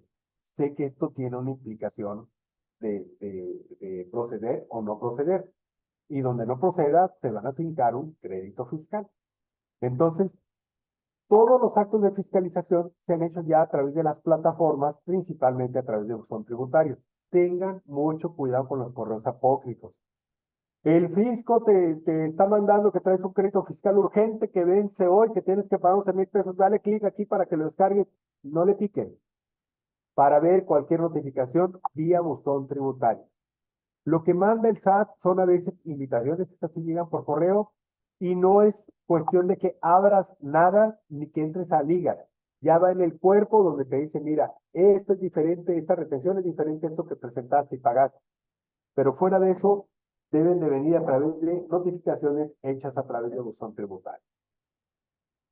Ahora bien, todo esto viene aunado a que la autoridad empieza a hacer análisis de tendencias a través de algoritmos que le permiten medir cuál es el comportamiento del contribuyente. A ustedes y a mí nos tienen ya tipificados desde contribuyentes A, AA, AAA, hasta Z, doble Z y triple Z. Los muy buenos y los muy malos. Y todo en la gama intermedia de letras. Dice, mira, este es un cliente cumplido y siempre te paga en tiempo. Este es un cliente cumplido, pero a veces se pasa un par de días. Este es un cliente que normalmente se pasa un par de días y te hace algunos ajustes. Este cliente te hace muchos ajustes. Este cliente nunca te paga. Así nos tienen ya tipificados. Es cuestión de sistemas. ¿En qué fecha presentamos las declaraciones? Con relación a los FDI, si traemos constantemente diferencias. Todo eso lo está analizando constantemente la autoridad. Aunado a eso, los análisis financieros, los análisis de información van enfocados a ver tendencias. ¿Cómo cerraste en 2020, 2021, 2022, 2023, 2024? Independientemente, si tú en estos últimos 5 años sigues vendiendo un mismo producto y tu margen es del 25%, ventas menos costo de ventas, si no te da el 25, te va a dar 26 y medio, 23 y medio. En ese rango es válido. Pero resulta que en un año le pusiste que tu costo era del 32% y en otro año era del 19% y en otro año del 23% y en otro año del 30%. ¿Qué partida me va a revisar la autoridad? El costo de lo vendido. Lo estás determinando mal. Porque si ellos agarran simplemente una factura de compra y una factura de venta, la diferencia es el margen, divido esa ganancia entre la venta, es decir, 25%. ¿Tenemos cuidado al presentar la declaración anual que tengamos esa consistencia? Normalmente no. Ahora, ¿ustedes ya determinaron sus inventarios a diciembre del 2023? La mayoría va a decir, no, sus clientes hicieron inventario el 31 de diciembre, no. Y bueno, ya lo hicieron ahorita, tampoco. Y lo van a hacer de aquí antes del 31 de enero, como marca el reglamento, no, tampoco. ¿Para qué? Simplemente como control administrativo. Pero número dos, ¿saben quién sí tiene un aproximado de mi inventario? El SAT. Desde el año 2012 se emiten de manera obligatoria, desde 2014, hace 10 años de manera obligatoria, CFDI. 10 años. Nadie tiene un inventario de 10 años. Tenemos inventario de 1, 2, 3 meses, cuando mucho ahora. Antes sí había inventario de 6 meses, de 9 meses. Y hay 2, 3 garbanzos de libra que sí los tienen de muchos años. Pero normalmente tener un inventario me cuesta dinero. Me cuesta el costo de almacenaje y el costo de ese inventario tener dinero detenido. Entonces, la autoridad, cuando yo realizo una compra, ¿qué datos vienen en mi factura? Número de unidades adquiridas, el nombre, el código de producto del SAT y el precio unitario. Yo compré 100 y he vendido 60. ¿Cuánto debo de tener inventario? 40. No, pero es que mira, este inventario viene del 2022. Sí, tengo tus compras de 2022 y tengo las de 2021 y tengo las de 2020. Y aquí están entradas, salidas, entradas, salidas, entradas, salidas. Ah, pero te faltan las de 2019. Ponle que también estén las de 2019. Y además tengo todas tus facturas de ventas, todo lo que ha salido. Todas tus compras y todas tus ventas. ¿Está bien? Más o menos las de 2019, pero todas estas aquí las tengo. El SAT, sin que nos hagan auditoría, puede llegar con una cantidad casi muy exacta del inventario que deberíamos de tener. Y si indica que debo tener 40, y cuando llegan y revisan, tengo 10, va a decir, vendiste 30 sin factura, te faltan. Es una omisión de ingresos y vas a pagar a través de un crédito fiscal. Vemos cómo el fisco va evolucionando. ¿Requiero tener un mejor sistema de control de inventarios? Claro, nosotros tenemos la solución. Comercial Premium, tenemos Comercial Star, tenemos Comercial Pro, tenemos toda una gama de sistemas y todos funcionan más que bien. Hoy Sistema Vende, que ya está evolucionando para tener todo el control integral, también no nada más de facturación y cuentas por cobrar, vamos a tenerlo en la nube. ¿Cuál es el motivo de no tenerlo? Nada más una desorganización administrativa.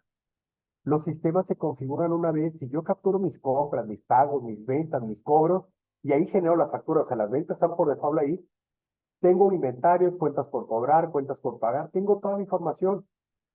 Yo les recomiendo, no nada más adquieran el sistema, sino además implementenlo.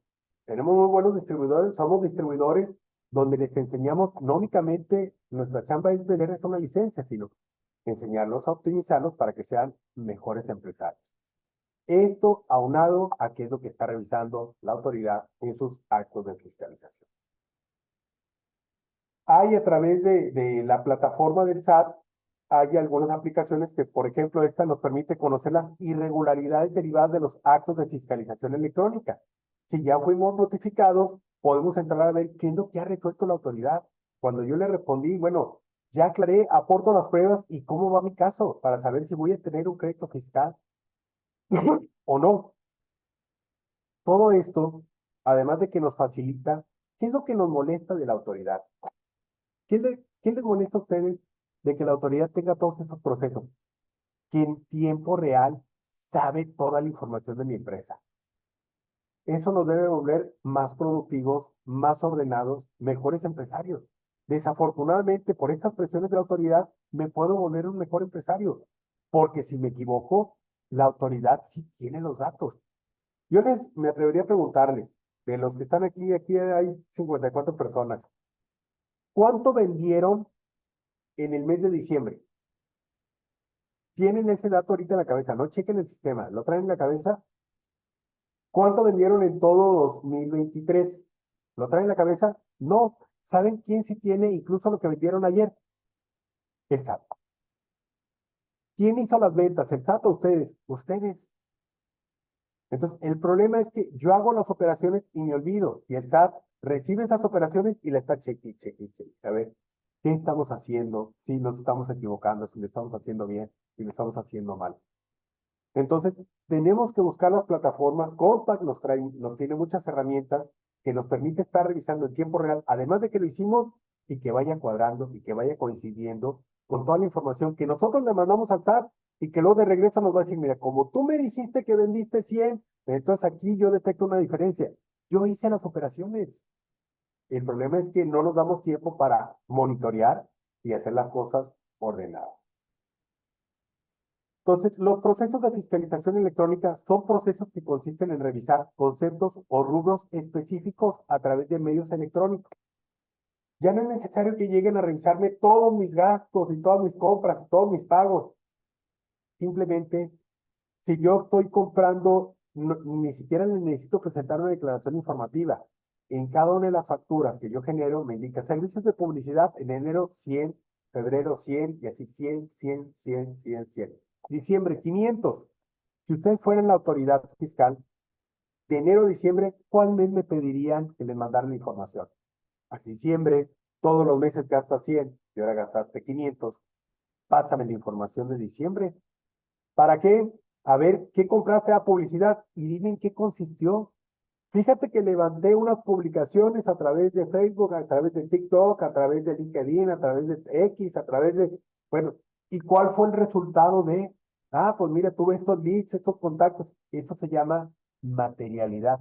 No tienen materialidad, sabes que esos 500 son no deducibles, me debes IVA, me debes ISR, modifica tu declaración anual y ahí no la lleva.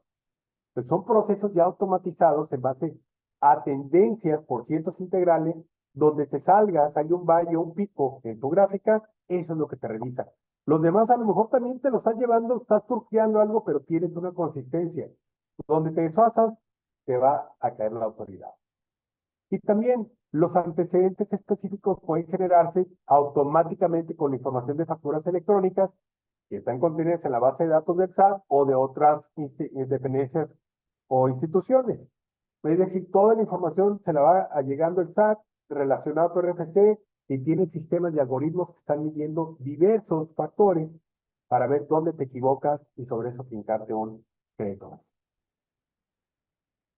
Esta fiscalización se realiza también a través de la determinación de rubros específicos y a revisar, y es el resultado de procesos automáticos del análisis de información y de modelos de riesgo, partiendo de mis declaraciones de pago, de mis declaraciones informativas, las que yo presento, las que presentan terceros, con información relativa a mí, todos los documentos que se emiten los FDI de nóminas, de retenciones, de ingresos, de egresos, los reportes de contabilidad electrónica que entregamos, información de otras dependencias, todo lo que nosotros estamos operando ya es electrónico, es digital y todo se va concentrando para efectos de hacer la fiscalización electrónica.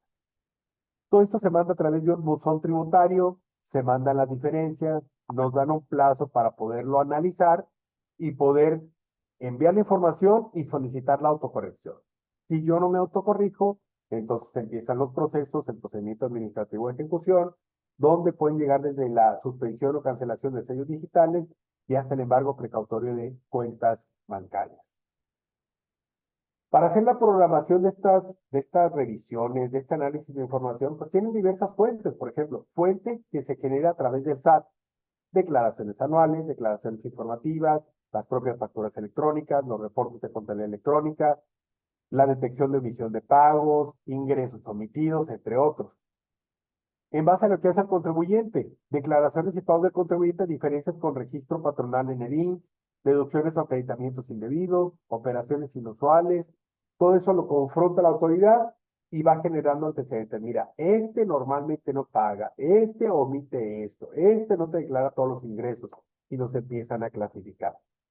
Cuando la autoridad determina alguna diferencia, nos notifica una resolución provisional, nos da un periodo de 15 días hábiles para hacer cualquier análisis, autocorrección o aclaración.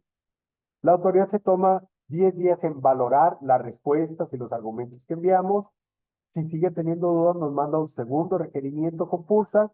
Tenemos 10 días hábiles para atender ese segundo requerimiento y fuera de ahí tiene 40 días para emitir una resolución donde diga tiene razón o no tiene razón y ejecutarnos el crédito fiscal. Esos son los procesos que se siguen para los actos de fiscalización. Cada vez es más sencilla. Y yo siempre insisto, hay una buena y una mala noticia. La buena noticia es que está en nuestro control hacer el análisis. La mala noticia es que debemos dedicarle el tiempo o la adquisición o dinero a adquirir sistemas que nos permitan ir monitoreando todos estos procesos. Porque estar detrás, a ver, a ver, cuánto facturaste y cuánto fue lo que se declaró. Y les pongo un ejemplo que nos sucede en los despachos todos los meses. Los procesos de registro se han automatizado, se transformaron. No es que sean más fáciles o más difíciles, son diferentes. Anteriormente teníamos que esperar al cierre del mes a que los empresarios nos entregaran toda la papelería, ya no hay papeles, y empezar a registrar operación por operación. Hoy podemos descargar periódicamente todas las facturas electrónicas y hacer un proceso de contabilización. Oye, es que es bien fácil y es bien rápido, ya no trabajan. No, no, no. Se cambió el tema de registro manual ahora por qué hay que analizar. Si a mí me llega una factura de ustedes por concepto de la compra de un XR7 por 18,000 pesos, pues yo les pregunto, ¿qué es un XR7? Pues quién sabe. Y mi gente tampoco lo sabe. Y la gente de sus despachos contables tampoco lo sabe. Entonces requerimos hacer un análisis para preguntarle al cliente. Y a veces le preguntamos al cliente, al personal de nuestro cliente, ¿qué es un XR7? No, pues no sé. Don Pedro, que fue el que lo compró, y don Pedro anda de viaje. Espérame tantito, déjame lo trato de localizar. ¿Qué es un XR7? Ah, fíjate que es un acrílico que compré para tal. Ah, es un costo, es un gasto, es una inversión. El tiempo de análisis se ve compensado con el tiempo que hacíamos de registro. Y dos, toda esa información, si nosotros la clasificamos mal, va a tener un efecto fiscal diferente. Si yo compro computadoras para utilizarlas para trabajar, es un activo fijo que se deprecia en varios años. Si yo las compro para venderlos, es un inventario y se va al costo de ventas. Si yo la compro para regalarlas, es un gasto directo. Si yo la compré para regalarla y la tengo como activo fijo, si me llega un auditorio van a decir la computadora, ah, caray, se la robaron. Y todavía la sigo depreciando, pues no existe, nunca llegó a la empresa. Llegó, se compró y se la regalé a un cliente y se acabó. Y así sucesivamente, todo eso se ha transformado, ese proceso, pero podemos ser más eficientes en el análisis de facturas electrónicas. Entonces, hay que tener mucho cuidado. Nosotros somos el origen de todas las transacciones, pero a veces nos olvidamos. Y como despacho, vamos a poner que una factura de enero que descargamos y registramos, en marzo el cliente la cancela, pero la canceló internamente, ni siquiera la canceló en el SAT y no nos avisó. Pues nosotros seguimos descargando marzo y tenemos esta factura duplicada. ¿Por qué? Porque no ha sido cancelada en el SAT, sigue viva, no nos notificaron y no la podemos cancelar y sigue vigente una factura. Hasta que hacemos una revisión de cuentas por cobrar, oye, ¿por qué traes esta cuenta por cobrar? Ah, es una factura que cancelé en enero, ¿y por qué no me dijiste? Y la respuesta es, ¿por qué no me preguntaste? Y hacemos un círculo vicioso. Entonces, hoy se han transformado los procesos de contabilidad, son diferentes, o involucran tiempo, involucran conocimiento, involucran análisis para efectos de no incurrir en lo que está esperando la autoridad. A ver, ustedes pelense, a mí no me interesa, el que se equivoque paga. Si no cancelaron, si cancelaron de más, si no registraron, a mí me van a generar una diferencia de impuestos y me la van a tener que pagar. Bien, otro tema, ley antilavado. ¿Quiénes de ustedes son sujetos a la aplicación de la ley antilavado? La mayoría va a decir, no, pues yo no. No, yo tampoco. Yo ni voy al casino. Fíjense que hay 16 actividades que se consideran como vulnerables donde hay dos obligaciones. Una es identificarlas y otra es informarlas, recabar información e informarlas. Si incumplimos, las sanciones son muy altas y son graves, o sea, son de 1 millón de pesos. Hasta ahorita la autoridad no nos ha requerido, pero con una que nos requiera, perdemos, nos metemos en un problema. Entonces, hay que identificar cada una de ellas. Les voy a dar un ejemplo en el caso de los casinos. Yo sé que de ustedes nadie va a los casinos, ¿verdad? Y ahí se quedaron callados. Bien, cuando van a los casinos, vamos a suponer, hay personas que llegan con 200 pesos. Ahí están 200 pesos. Y empiezan a jugar y están 5 horas. Y ganaron, y perdieron, y ganaron, y perdieron. Y al final de cuentas, salieron con sus 200. Y dicen, ah, ya recuperé los 200, ya me voy. Ya me entretuve y ya me voy. Ahora, en ese lapso de 5 horas, ¿hay algún ingreso que tengan que declarar? No, pues llegué con 200, salí con 200. A ver, espérenme. En estricto sentido legal, cada vez que yo le pico a la maquinita, hay una operación que inicia y termina. Y luego hay otra. Y yo siempre tengo la posibilidad de ir a hacer un corte y retirar mi dinero. Lo quiero jugar otra vez. Inicia y termina. En esta gané 50. En esta perdí 30. En esta gané 80. En esta perdí 20. En esta me gané 500. Y en esta perdí 450. E hice muchas transacciones en 2 horas. Y empecé con 200 y salí con 200 y me fue bien. Ni gané ni perdí. Realmente no ganaron ni no perdieron. Si suman cada una de esas, de una de esas operaciones de manera individual, a lo mejor tuvieron ingresos de 50,000 pesos y luego perdieron 50,000. Las pérdidas no le interesan al fisco. Esos 50,000 son sujetos a informarse, a declararse y son sujetos a que el casino nos informe que obtuvimos ingresos por 50,000. Que son algunas de las particularidades que hay que tomar en cuenta para efectos de la generación de ingresos. Y en el caso específicamente de los casinos, ¿qué es lo que están informando? Porque si yo no presento posteriormente una declaración de esos ingresos, si ellos me informan, voy a tener una discrepancia. No aplica nada más para casinos, que son actividades lúdicas. También aplica si yo compro, vendo algún inmueble, si yo hago alguna transacción a través de una notaría, un cambio en mi objeto social, es una transacción que va a informar la notaría que estoy haciendo, que no genera un ingreso, pero es un acto que se informa. Y así hay 16 operaciones que en algunos de los casos nos pueden aplicar en nuestras empresas y que de incumplir con las obligaciones de presentar los avisos, informes de lavado de dinero, pues pueden generarse una supuesto de una defraudación fiscal y en esas defraudaciones fiscales puede entrar incluso hasta la extinción de dominio y que se apropie el gobierno de mis propiedades y que me deje prácticamente en el aire. Entonces es muy importante que tengan ustedes conciencia que hay que poner atención a estas 16 actividades para ver si incurren en algunas de ellas y empezar a presentar sus obligaciones en materia de ley antilavado. Bien, no les voy a enseñar contabilidad, no es el objeto de esta sesión, pero es muy importante considerar porque me he topado con colegas que dicen, oye, espérame, yo no hago contabilidad financiera, yo hago contabilidad fiscal porque en el reciclo no me obliga a que yo tenga y empiezan con una serie de suposiciones. Es que en el RIF no estoy obligado a llevar contabilidad. Por ser comerciante, el Código de Comercio establece que se debe llevar una contabilidad, artículo 28 del Código de Comercio, punto. Ahora, las leyes fiscales están inmersas en algo que se llaman ficciones fiscales. Y les voy a poner un ejemplo que les va a quedar bien claro. Yo soy el SAT, ustedes son los contribuyentes. Les digo, miren, este cuadro es rojo, ¿verdad? Quien no lo vea rojo, le voy a mandar una multa de 100,000 pesos. ¿De qué color es este cuadro? Verde, ahí te va la multa. ¿De qué color es este cuadro? Rojo, rojo. Es una realidad que existe entre la autoridad fiscal y el contribuyente, nada más, aunque en nuestra conciencia lógica no tenga sentido. Así están conformadas las disposiciones fiscales en muchos conceptos y en muchos términos. Hay realidades que únicamente existen entre el contribuyente y la autoridad fiscal. Ahora, partiendo de ese supuesto, la contabilidad financiera, que hoy se ha vuelto compleja por el desconocimiento de las nuevas generaciones. Realmente la contabilidad financiera, si lo viéramos como una definición, iniciaba antes en el registro, es decir, anotar ordenado, sistemático, cronológico de todas las operaciones de una empresa para conocer si ganó o perdió en su situación financiera. No empieza ahí. Yo les acabo de poner un ejemplo. Yo compro unas computadoras y ¿dónde las va a registrar el auxiliar? Yo compro un XR7 y ¿dónde la van a registrar? Pues mientras en otros gastos. Pregunta, ¿era otros gastos? ¿Era un costo? ¿Era una inversión?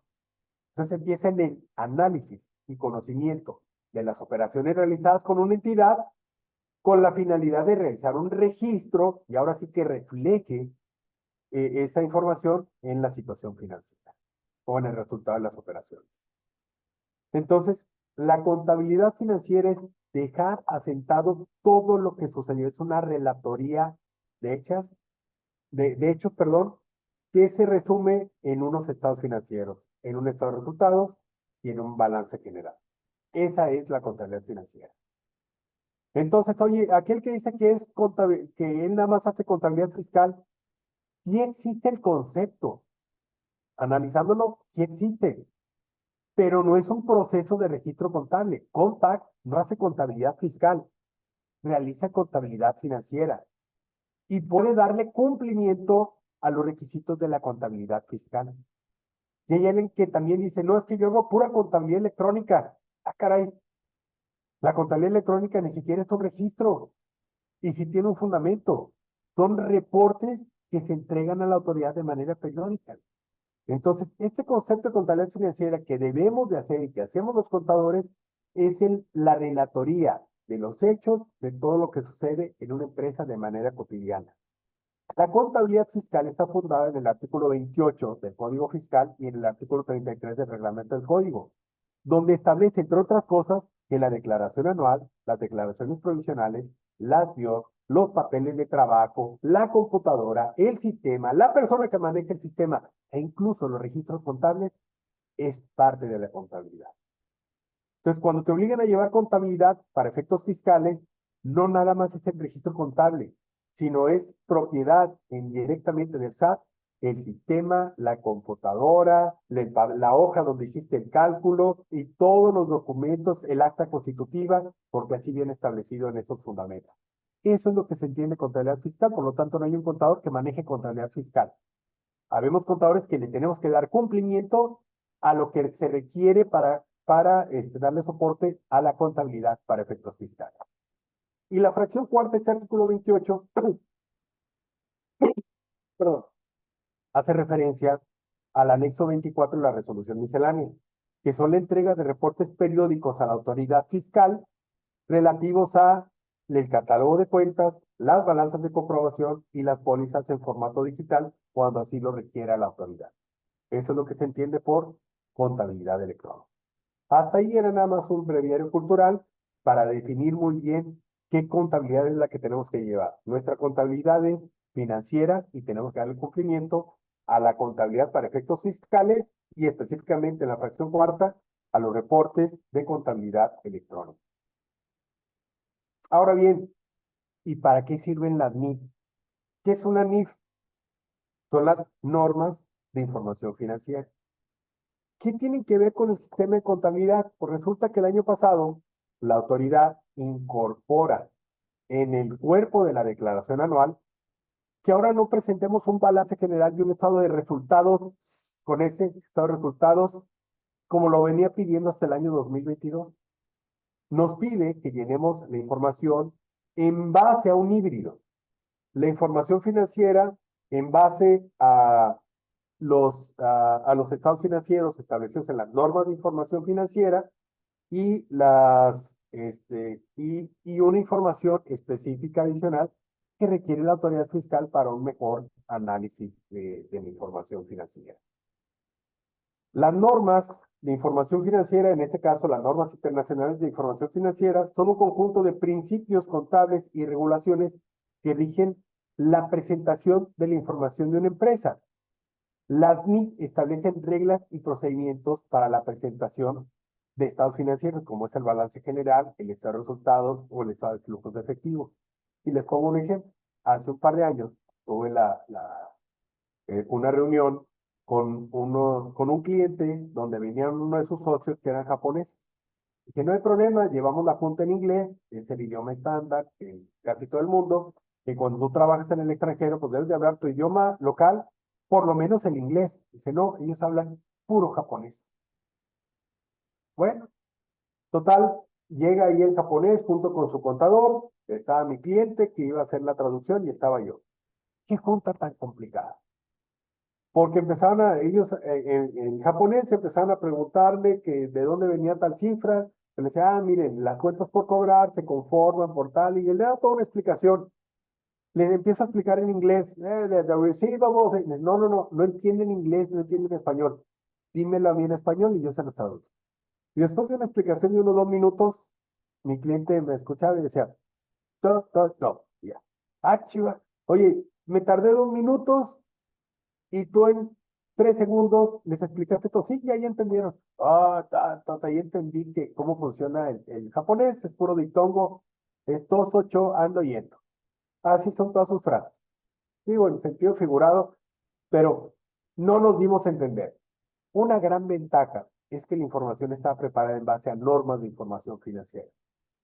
Independientemente que esté en chino, japonés, en alemán, en inglés, en francés, en español, la primer cuenta abajo del activo circulante va a ser el dinero efectivo y equivalentes de efectivo. Entonces, el aplicar normas de información financiera homologa la presentación de la información y eso permite un mejor análisis de todos los datos, aun y cuando vengan en un idioma que sea desconocido. Entonces, bajo esta premisa, hoy vemos que la autoridad fiscal empieza a involucrar de manera importante las normas contables, las normas de información financiera dentro de la información que requiere para efectos fiscales. Eso nos implica que tenemos que aprender, conocer y preparar la información en base a esta normatividad. De manera general, porque ya nos empieza a alcanzar el tiempo, tenemos solo 10 minutos más para concluir este tema. Estas normas son las reglas para la presentación de información, tanto para su evaluación como para su presentación dentro de los estados financieros. Las NIF se dividen en 3 rubros principales: las propias normas de información financiera, hay unas interpretaciones a las normas de información financiera y hay unas orientaciones a las normas de información financiera. Así es como están integradas y así es como se clasifican. Hay gente que dice, oye, qué aburridas son las normas de información financiera. Pues sí, si nunca las han leído y además cuando las leen, ven, son libros así de gruesos, con pura letra chiquita, letra pegada, pues se pueden volver aburridas. Una vez que uno las entiende y las empieza a leer y aplicarlas, son muy interesantes. La estructura de las NIF parten de cinco áreas. Tenemos las NIF Serie A, que es el marco conceptual, la Serie B, que son normas aplicables a los estados financieros. Por ejemplo, el marco conceptual lo define qué es un ingreso, qué es un activo, qué es un pasivo. Las normas Serie B, por ejemplo, contienen la conformación de los estados financieros. La NIF B3, que es el estado de resultado integral, la NIF B2, estado de flujos de efectivo, NIF B4, estado de cambios en el capital contable, NIF B6, el balance general o estado de posición financiera de manera general. Las NIF Serie C son aplicables a rubros específicos de los estados financieros. Por ejemplo, la C1 es efectivo y equivalentes. ¿Cómo se conforma esa cifra que va dentro del balance general? Las normas D son aplicables a problemas de determinación de resultados, por ejemplo, la D4, que son impuestos a la utilidad, la D3, beneficios empleados, o la D5, que son arrendamientos. Son casos particulares de situaciones que vienen dentro de la información financiera. Y las NIF Serie E son normas que son aplicables a sectores específicos. Por ejemplo, empresas con fines no lucrativos o al sector de la agricultura. Esa es la estructura de las normas de información financiera. Y aquí les paso nada más algunas de ellas, las principales. En la NIF sería anteriormente, hasta el 2022, esta era la estructura del marco conceptual. La NIF sería que a partir de 2023 se modifican y ahora ya no aparecen como NIF A1, A2, sino que están numeradas de la 10 a la 100. Y se cambiaron algunos conceptos relevantes. El marco conceptual, la NIF sería, ahora se dividen en estos numerales. Y aquí partimos a la NIF Serie B. entre otros los relevantes, la 2, 3, 4 y 6, que hace referencia a los estados financieros básicos. La NIF Serie C, como les decía, son las partidas de los estados financieros, pagos anticipados, inventarios, cuál es el tratamiento, su valoración y demás. Tenemos la NIF Serie D, por ejemplo, ingresos por contratos con clientes, beneficios de empleados, impuestos a la utilidad, capitalización del resultado integral de financiamiento, entre otras partidas. Y las E que ya les había comentado, donativos, entidades con propósitos no lucrativos y agricultura. Bien, estas son las orientaciones y las interpretaciones. ¿Cuál es la importancia finalmente de los estados financieros? Como les comenté, el SAT ha evolucionado. Conforme se ha ido implementando la tecnología dentro del aspecto fiscal, pues le ha permitido tener una visión más amplia, como la tenemos los contadores, como la tenemos los administradores. Es decir, ver no un número, ver no ventas de 1.206.000 pesos, sino ver qué representa esto en cajas, esto en unidades, esto en márgenes, esto en tendencias, voy creciendo, voy bajando. Fíjate, 2022 vendió 1.000.000 y 2023 vendió 1.050.000. Subió un 5% en ventas, pero la inflación fue de un 7%, perdió un 2% en base a la inflación. Debió haber vendido 1.070.000 y vendió 1.050.000. Entonces, en números directos planos, subió un 5% en ventas. En números inflacionarios, perdí este año con respecto a la inflación. Toda esa información nos los va dando los estados financieros. Los 4 estados financieros, ya les comenté, el balance, el estado de resultado integral, cambios en el capital contable y flujos de efectivo. Las notas van inmersas en el cuerpo de cada uno de ellos y las notas son aclaraciones particulares de cierta información específica.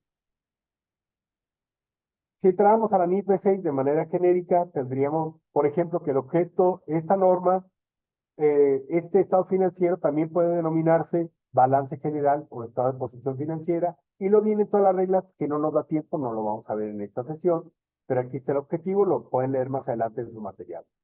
Tenemos luego la NIF B3, estado de resultado integral, que tu nombre es correcto, no es estado de resultados. Es un estado donde se va a sumar el resultado de la empresa más la suma de otras subsidiarias que tenga. Entonces, la suma de todas ellas genera un resultado, un único resultado de la sumatoria integral. Por eso se denomina estado de resultado integral. Tenemos el estado de cambios en el capital contable, qué movimientos tuvieron que benefician e impactan a accionistas, y el estado de flujos de efectivo, que nos indican de la utilidad al dinero. ¿De dónde? Si yo tengo una utilidad de 1.000.000, ¿por qué tengo 60.000 pesos en dinero? Si yo tengo 100.000 pesos de utilidad, ¿por qué tengo 1.000.000 de pesos en dinero?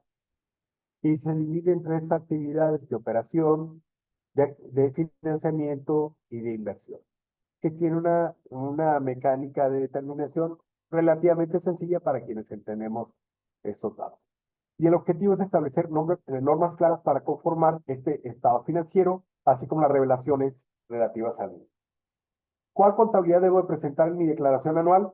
Aquí hay que ser muy claro. La contabilidad que llevan en su sistema Compact, esa es la contabilidad financiera. De ahí tengo que tomar ciertos rubros, bancos, cuentas nacionales, cuentas extranjeras, y llevarlo a un rubro que se denomina efectivo y equivalentes de efectivo.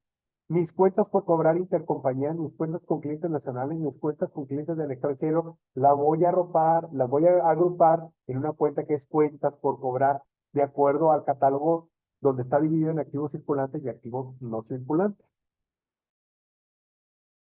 Lo que tengo que hacer es, de mi catálogo contable, llevarlo, equipararlo a cada una de estas cuentas. Ya tenemos un módulo dentro del sistema de Compact para hacer esta configuración. Yo sigo llevando mi contabilidad normal, como el catálogo que pueden ver del lado izquierdo, que cuando yo mande llamar los reportes de estados financieros en base a normas de información financiera, lo que hace, extraer los datos, los acomoda y me genera los estados financieros tal y como lo solicita la autoridad para la declaración anual.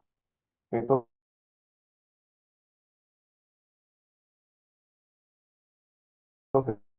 es un híbrido entre mi contabilidad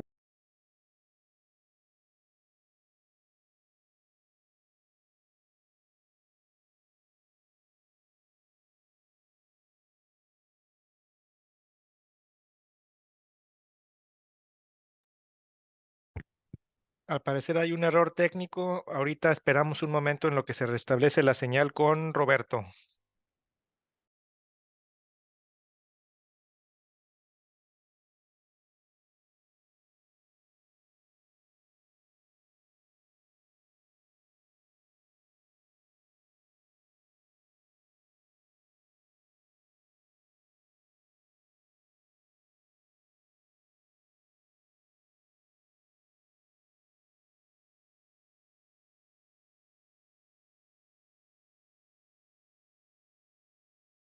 Voy a concluir esta charla haciéndoles un poco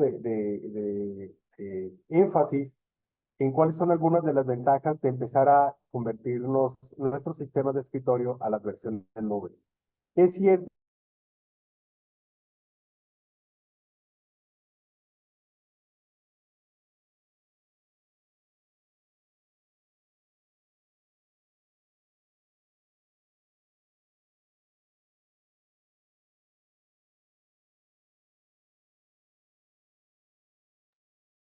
Perdón, se está yendo la señal. Juan, ¿sí me alcanzan a ver ahí? No, Roberto, te escuchamos solamente. Ahí está, creo que ya está regresando la señal para compartir tu pantalla.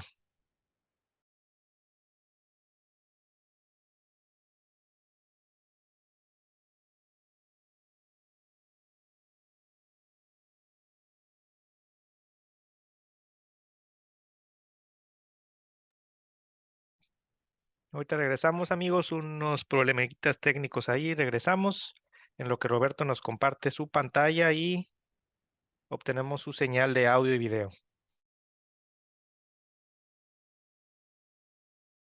Si tienen, aprovecho este espacio, si tienen alguna duda de todos los temas que nos ha compartido Roberto, si los quieren ir plasmando antes de que se cierre el evento, parece que ya podemos visualizarlo, vamos a hacer unas pruebas, pero también para que se animen si tienen alguna duda respecto a los temas que Roberto nos ha compartido. Listo, Roberto, te Gracias, Juan. vemos. Listo. Ya, gracias. Estas últimas láminas sí escucharon la explicación, ¿verdad?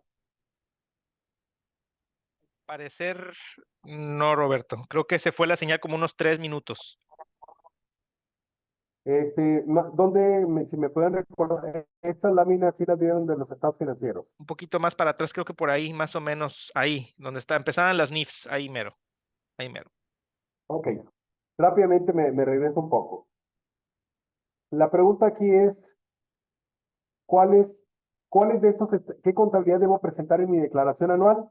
Va a ser un híbrido. Yo tengo que partir de mi catálogo de cuentas de contabilidad y lo puedo equiparar ya. Compact trae una herramienta para ir asignando las cuentas de mi catálogo de cuentas a los rubros de los NIF, de la NIF, para que cuando yo mande llamar un reporte de estados financieros en base a NIF, extraiga la información de mi contabilidad normal y me la genere en el formato que requiere el SAT. Este formato que requiere el SAT es un híbrido porque además de contener el formato establecido en las normas de información financiera, requiere cierta información detallada. Por ejemplo, clientes nacionales, partes relacionadas y partes no relacionadas, clientes del extranjero, partes relacionadas, partes no relacionadas, entre otros rubros. Pero ya está preparado para que extraiga la información y la pueda reflejar para que de ahí los imprimamos o nosotros los despleguemos para empezar a capturar nuestra declaración del ejercicio. Entonces ya tenemos la herramienta preparada. Quisiera concluir aquí con el concepto, sigo estando conectado, sí, de Compact y Nube. ¿En qué momento tengo que migrar de la versión de escritorio a la nube? Es cierto que Compact Contabilidad tiene muchas funcionalidades. ¿Quién de ustedes utiliza el módulo de presupuesto? ¿Quién de ustedes utiliza el módulo de activos fijos? ¿Quién de ustedes utiliza cuentas agrupadoras? Todos ellos son funcionalidades del sistema, tienen muchos años, son muy útiles, pero hemos visto que en la tendencia en los últimos años, la mayoría de empresas no los utiliza. Quiere tener una contabilidad básica y sencilla. Incluso nuestra competencia, otras marcas, son sistemas muy básicos, pero lo que están vendiendo es, yo te vendo las 3 cosas que ocupas, no las 30 que trae Compact. Entonces, las versiones nube que ha estado publicando la empresa eh, van enfocadas a entrar en ese mercado, a cubrir las necesidades básicas del contribuyente. Oye, pero yo quisiera seguir teniendo el módulo de depreciación de activos fijos. Sí, a través de un marketplace vamos a ir incorporando esas funcionalidades a solicitud y a requerimiento de cada uno de los contribuyentes. Hoy tenemos una amplia gama, desde el sistema contabilista que funciona bien, el sistema de persona que funciona bien. Oye, pero no trae toda la funcionalidad de nóminas. No, que incluso tiene un precio diferenciado y va por usuarios, va cubriendo en base a las necesidades del usuario. Quiero mayores funcionalidades, ya se está trabajando en desarrollo de APIs que le van a ir agregando lo que solicite, lo que requiera específicamente el cliente. Entonces, toda esta es la gama de sistemas nube. Una gran ventaja es que no requiero una computadora de escritorio, no requiero una conexión de terminales, sino desde mi propio celular, desde una tablet, desde una computadora remota, puedo yo conectarme al sistema en nube, como lo están viendo en este proceso. Ustedes se identifican, pueden asignar a terceros que puedan incorporarse. O sea, yo tengo mi sistema nube y puedo darle acceso al contador, al administrador, a terceras personas para que estén analizando esta información. Mi recomendación es, vayan empezando a analizar si es de su conveniencia, sobre todo en empresas, ir cambiando, ir utilizando todos estos sistemas, 100 versiones nube, que les van a permitir una eficiencia, una mayor eficiencia en los procesos de negocios. Tienen dashboard, tienen mayores reportes que nos permiten analizar desde cualquier parte toda la información contenida dentro de nuestros registros en cada una de nuestras empresas. Bien, en conclusión, finalmente, no hay una reforma fiscal, pero sí hay que estar atentos a un mayor grado de análisis de todas las operaciones que vamos realizando, puesto que ese análisis, les reitero, lo hace de manera cotidiana, diariamente, la autoridad fiscal. Si nosotros somos el origen de las transacciones y las dejamos ahí en el tiempo y no nos equivocamos, la autoridad va a estar al pendiente. Cada omisión que hagamos nosotros va a ser un área de oportunidad de ellos para generar una recaudación que va a incluir actualizaciones, recargos, como se denominan accesorios, y eso nos va a generar un impacto en nuestros bolsillos.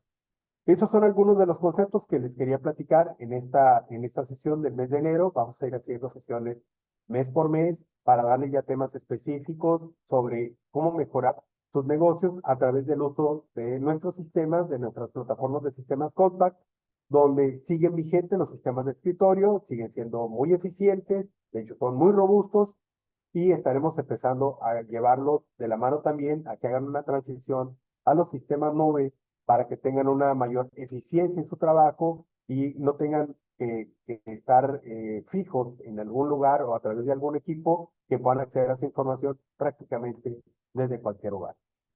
Juan, no sé si hay alguna otra duda o comentario. Estamos dentro de los tiempos para concluir el evento. Al parecer no hay duda, Roberto. Aquí dejamos el espacio un minutito más. No sé si alguien tenga algún comentario para cerrar este excelente evento, Expectativas Fiscales y Económicas 2024. En lo que la gente platica algo, si gusta, pues agradecerte, Roberto, tu tiempo, el esfuerzo, toda la sapiencia que le pusiste para este evento con mucho valor agregado para todos nuestros compañeros y amigos de Oficina Monterrey. Les recordamos, al final este evento se va a guardar y va a estar publicado en nuestro canal de YouTube de Compa aquí Oficina Monterrey. Al parecer no hay comentarios. Pues muchas gracias, Roberto. En serio, muchas gracias pese al clima muy rico, muy frío que hay aquí en Monterrey, en Tamaulipas. Agradecerte tu tiempo y no sé si quieras comentarnos algo más. No, pues nada más agradecerles también su tiempo para estar presente dentro de este evento, que quisimos hacerlo también de manera presencial, pero obviamente amanecimos a menos 1 grado, menos 2 grados en algunas partes de la ciudad, así que no los pude ver de manera personal. Mucho gusto en haber compartido con ustedes estos momentos. Aquí están para cualquier otra duda, ahí están los medios de contacto y cualquier cosa seguimos como quiera en comunicación. Que tengan todos un gran día, a taparse bien y seguimos en contacto en la oficina Monterrey. Muchas Gracias, buen día a gracias, todos. Roberto. Gracias a todos. Buena tarde ya a todos ustedes. Gracias.